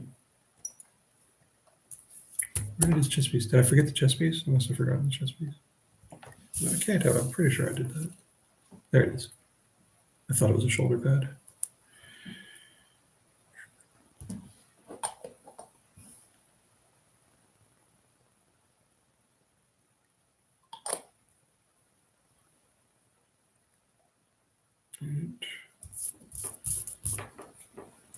So do they have melee versions of these legionaries? Oh, is it tomorrow? Oh, I thought it was today. Well then, maybe I'm just being wussy. Cool. I was just trying to find a reason why. Well, what time is it now?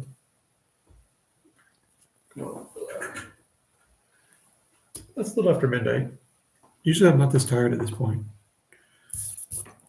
You did a lot today though. Okay, shoulder pads and backpack. We're getting there. This is the 9th guy.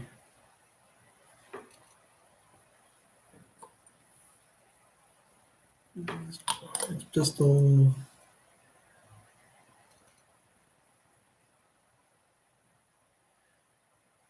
You know, the chances are very slim that I'm ever going to paint these guys, honestly. Unless somehow, yeah, I gotta clean this. Unless somehow they get revitalized. Or unless I get struck with inspiration, something to, you know, to paint. Something like, you know, grabs my mind and says, you have to paint this. I don't know, maybe if they get like a really good centerpiece model or figure.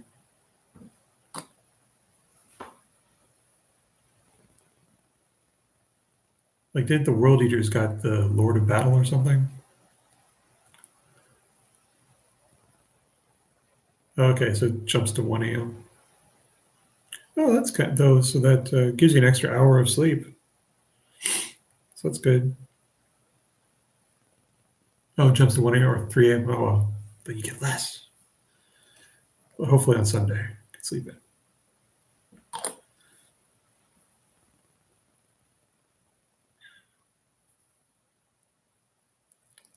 Well, spring forward, it's fall back. So yeah, it'll be 1 a.m. Spring forward, fall back. So it'll be 1 a.m., so extra hour.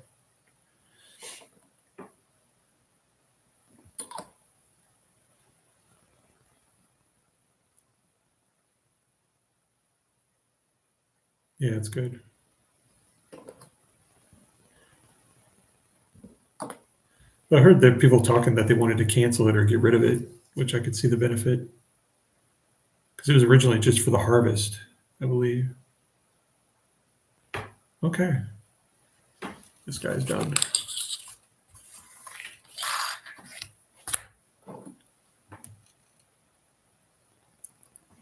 He only connects by 1 foot. So I'm going to have to hold him for extra long.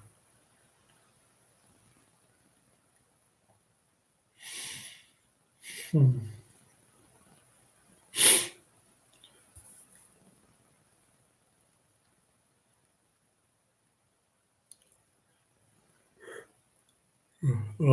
getting super hungry too, so I may have to eat something before passing out, which you're not supposed to do.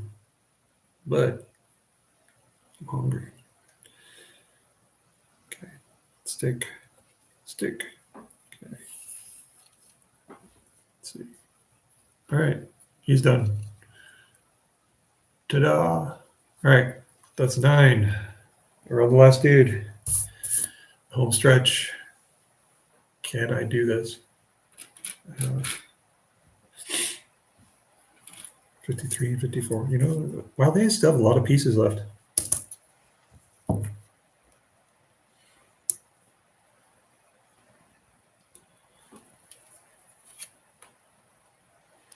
Next month, apparently, the Combat Patrol comes with Demon Prince or Ascended Demon Prince, something like that.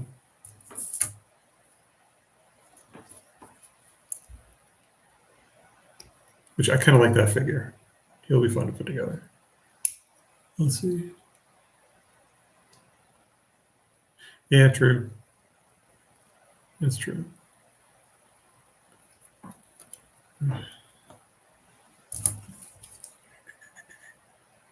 55.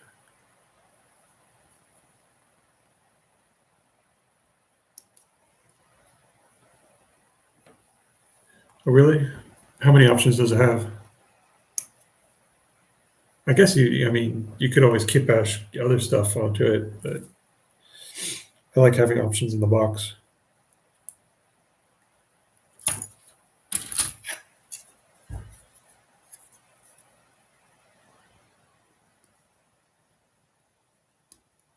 There's a corn head, neural head each. Oh, that's it? Oh, yeah. Would you want to field three Demon Princes? Are they that good?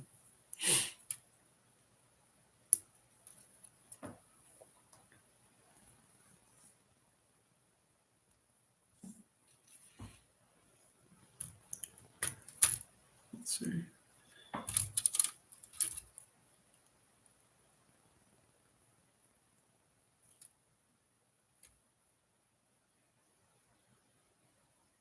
Huh.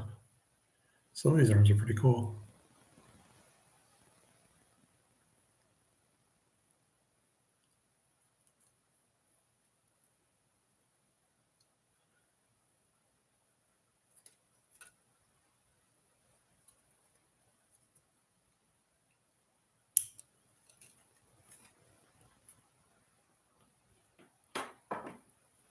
Take wings, one prince on foot to buff things. Yeah. Well, yeah, I mean, any chaos figure shouldn't be locked into it. That's one kind of thing. Like, I thought you could do so much if you had like a chaos spawn kit. There's so much you could do. You know, it would be so cool if you could have some freedom with that design. You know, it should be like this whole mishmash of 20 limbs, 20 heads, and you should make like 2 or 3 of them. Yeah. Oh, that's right. They're getting a new sprue of heads, aren't they? What the heck, man? Damn you, James Workshop.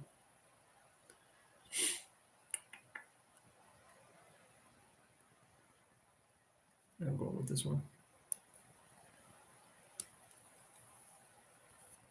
Yeah.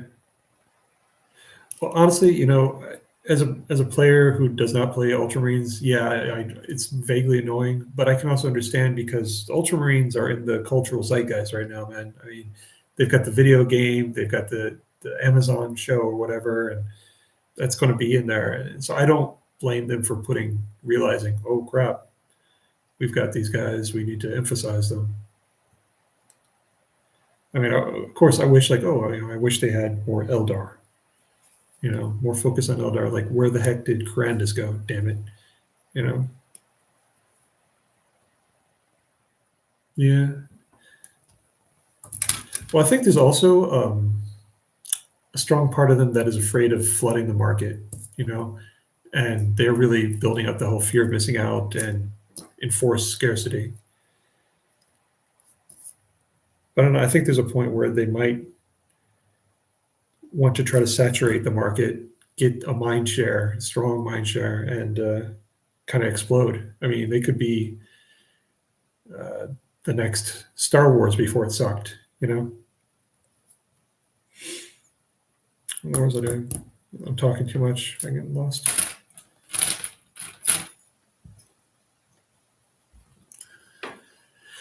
Yeah.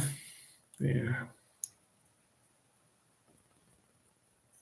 I miss the days of Jervis Johnson. And, oh, God, who's that one guy I liked? Him and his brother were on it. Oh.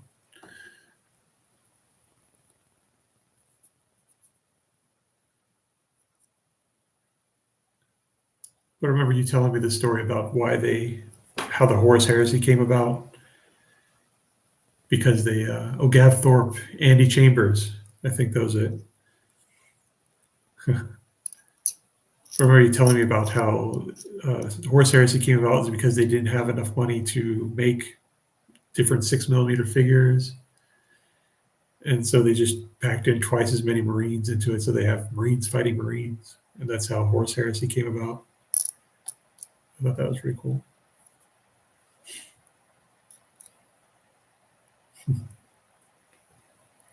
The whole fiasco of Warcraft.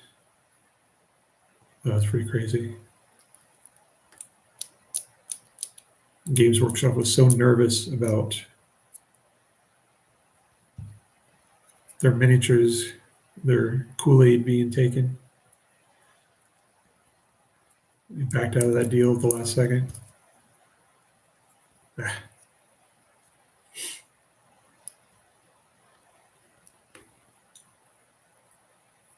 Yeah, if they were going to do it with Warcraft, and they were worried that if they have this, people would stop buying their miniatures.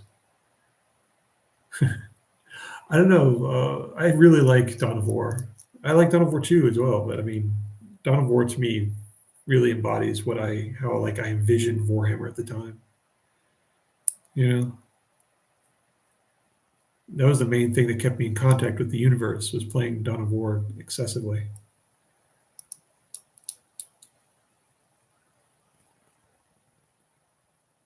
Yeah, but that's it. I viewed it as sort of like a, those were RPG with lots of guns. You know, I didn't begrudge it that. I wanted more Dawn of War 1. And of course, Dawn of War 3 was crummy. I think whoever made Dawn of War 3 just kind of didn't understand the aesthetic. How do I say aesthetic so much? I should stop saying that. They didn't understand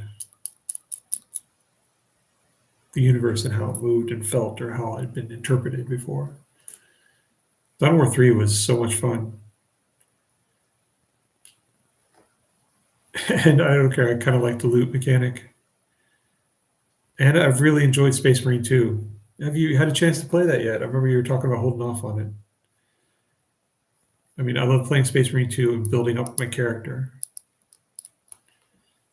getting new gear, and trying new specs. Like a 40K Space Marine like MMO would be so good.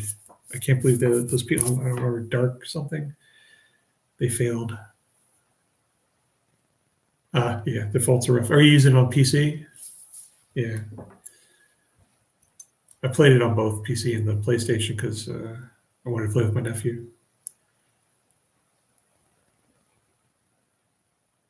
Yeah, it's a definitely different rhythm. I don't. It was jarring for me because I was like, "Oh right, a power fist. This should be better than all the other melee weapons." And it was just like, "Oh, tonk." It did not do well. It was mainly for killing a bunch of little guys instead of one big guy. Yeah, but once you get the muscle memory down, man, it can be fun, and you can get into a rhythm with it. I mean, I just don't know. There's something about seeing all the items from Warhammer in a high production value thing. It was so great. Yeah, well, there's some weapons that are much better at mitigating that. You get a stronger punch. Like if you have a class that runs the heavy bolt pistol, then you run out of clips quickly, or you run out of ammo on a clip quickly, but you have usually a fair amount, and the punch is strong enough. That is until you play the higher difficulty levels where the critters become bullet sponges, and that's, I don't know. I feel bullet sponge is the opposite of fun. I wouldn't mind if they just added tons more bad guys, but making them harder to kill is less fun for me. It kind of goes against you know, the fantasy of it. Really, I found like I had pretty good luck with the heavy bolter, but then I haven't played it for a while, and I know they've gone through a lot of patches, so I don't know what the current state is. Deathwing was a lot of fun, but it felt like Deathwing was good so long as you were shooting and fighting. The game that surrounded it, I felt was not as fun or not as enjoyable. I don't know. It's been a long time since I played Deathwing. But I've had overall more fun with Space Marine 2 than Deathwing. I like Space Marine 2 better than Space Marine 1. I like Deathwing better than Space Marine 1.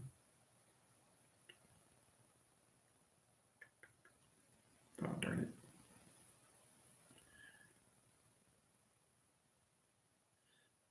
I think it's just facility, getting used to it.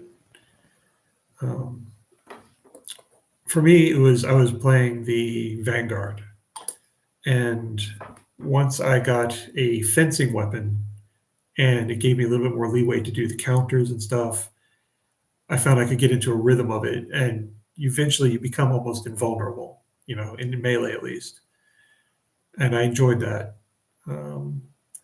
Because there's a feeling of, just that whole murder fantasy of, just going through and taking things apart. I enjoyed that a lot.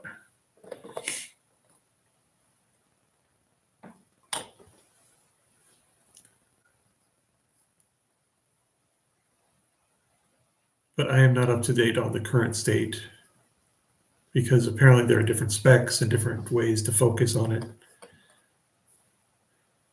or different ways to build, rather. Let's see. Yeah, well, there's Dark Souls-ish elements to it.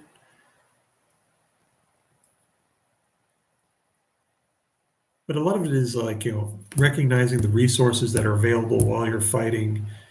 And like it's sort of a flow chart of a fight where you fight, you do your own attacks, you primarily counter things that are coming in against you. And then when you have a chance, you go for the kill shots. Sometimes you don't go for the kill shots if you need to preserve the kill shot for recovering armor and whatnot. Yeah. Well, that's because the regular Tyranid warriors are supposed to, in essence, be walking health packs. You're supposed to use them to get your armor and whatnot back, and so that's why they're a little bit tougher.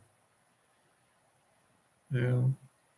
So it's like you focus on them, and sometimes you can get quick kills on them if you hit them with the right combination of things. I don't know. Here I am talking like an old hand, but the last time I touched it was months ago. Like a month or two after release, I stopped playing. I got my guy to, I think, level 24 or 25, and it was done. Well, I picked it up again a little bit to play with my nephew. But yeah. Okay, this is the dude. Yeah, it's not the 40K lore, but I think that's one thing that they kept connecting it to the old game, because that's how the old game was that the only way you healed was through killing. And I mean, thematically, that's kind of a cool thing to say, like Marines don't use cover. They just charge, and it's like, no, they use cover. Because you couldn't, it was a game that was supposed to be like Gears of War, and one of their advertisements was, real Marines don't use cover, real Marines don't use health packs. If I recall, it's something in the magazines. Yeah, I think they'd fight like Halo. See, I like Halo, the story and stuff in Halo, but I always felt like Halo was half of it was ammo management simulator. I always felt like I wanted to keep my gun for a good long time and to take bullets and carry more clips. I didn't want to have to constantly switch weapons. Okay, there's this guy. There, that's the 10th one. And I am going to get some food, and I'm going to go to sleep. And it's staggeringly cool, Vanzig, that you came over here, that you caught up with me. I'm tickled. My wife's going to be happy. And I will talk to you later, man. And I'm going to go and heat up some food. Okay? And I will see you later. All right. Thanks, man. I appreciate it. That's huge. I love just chatting. I love, here, what I should probably change this and not be talking there. Hello. But it's awesome to see you and to talk to you again, man. And I am going to get out of here.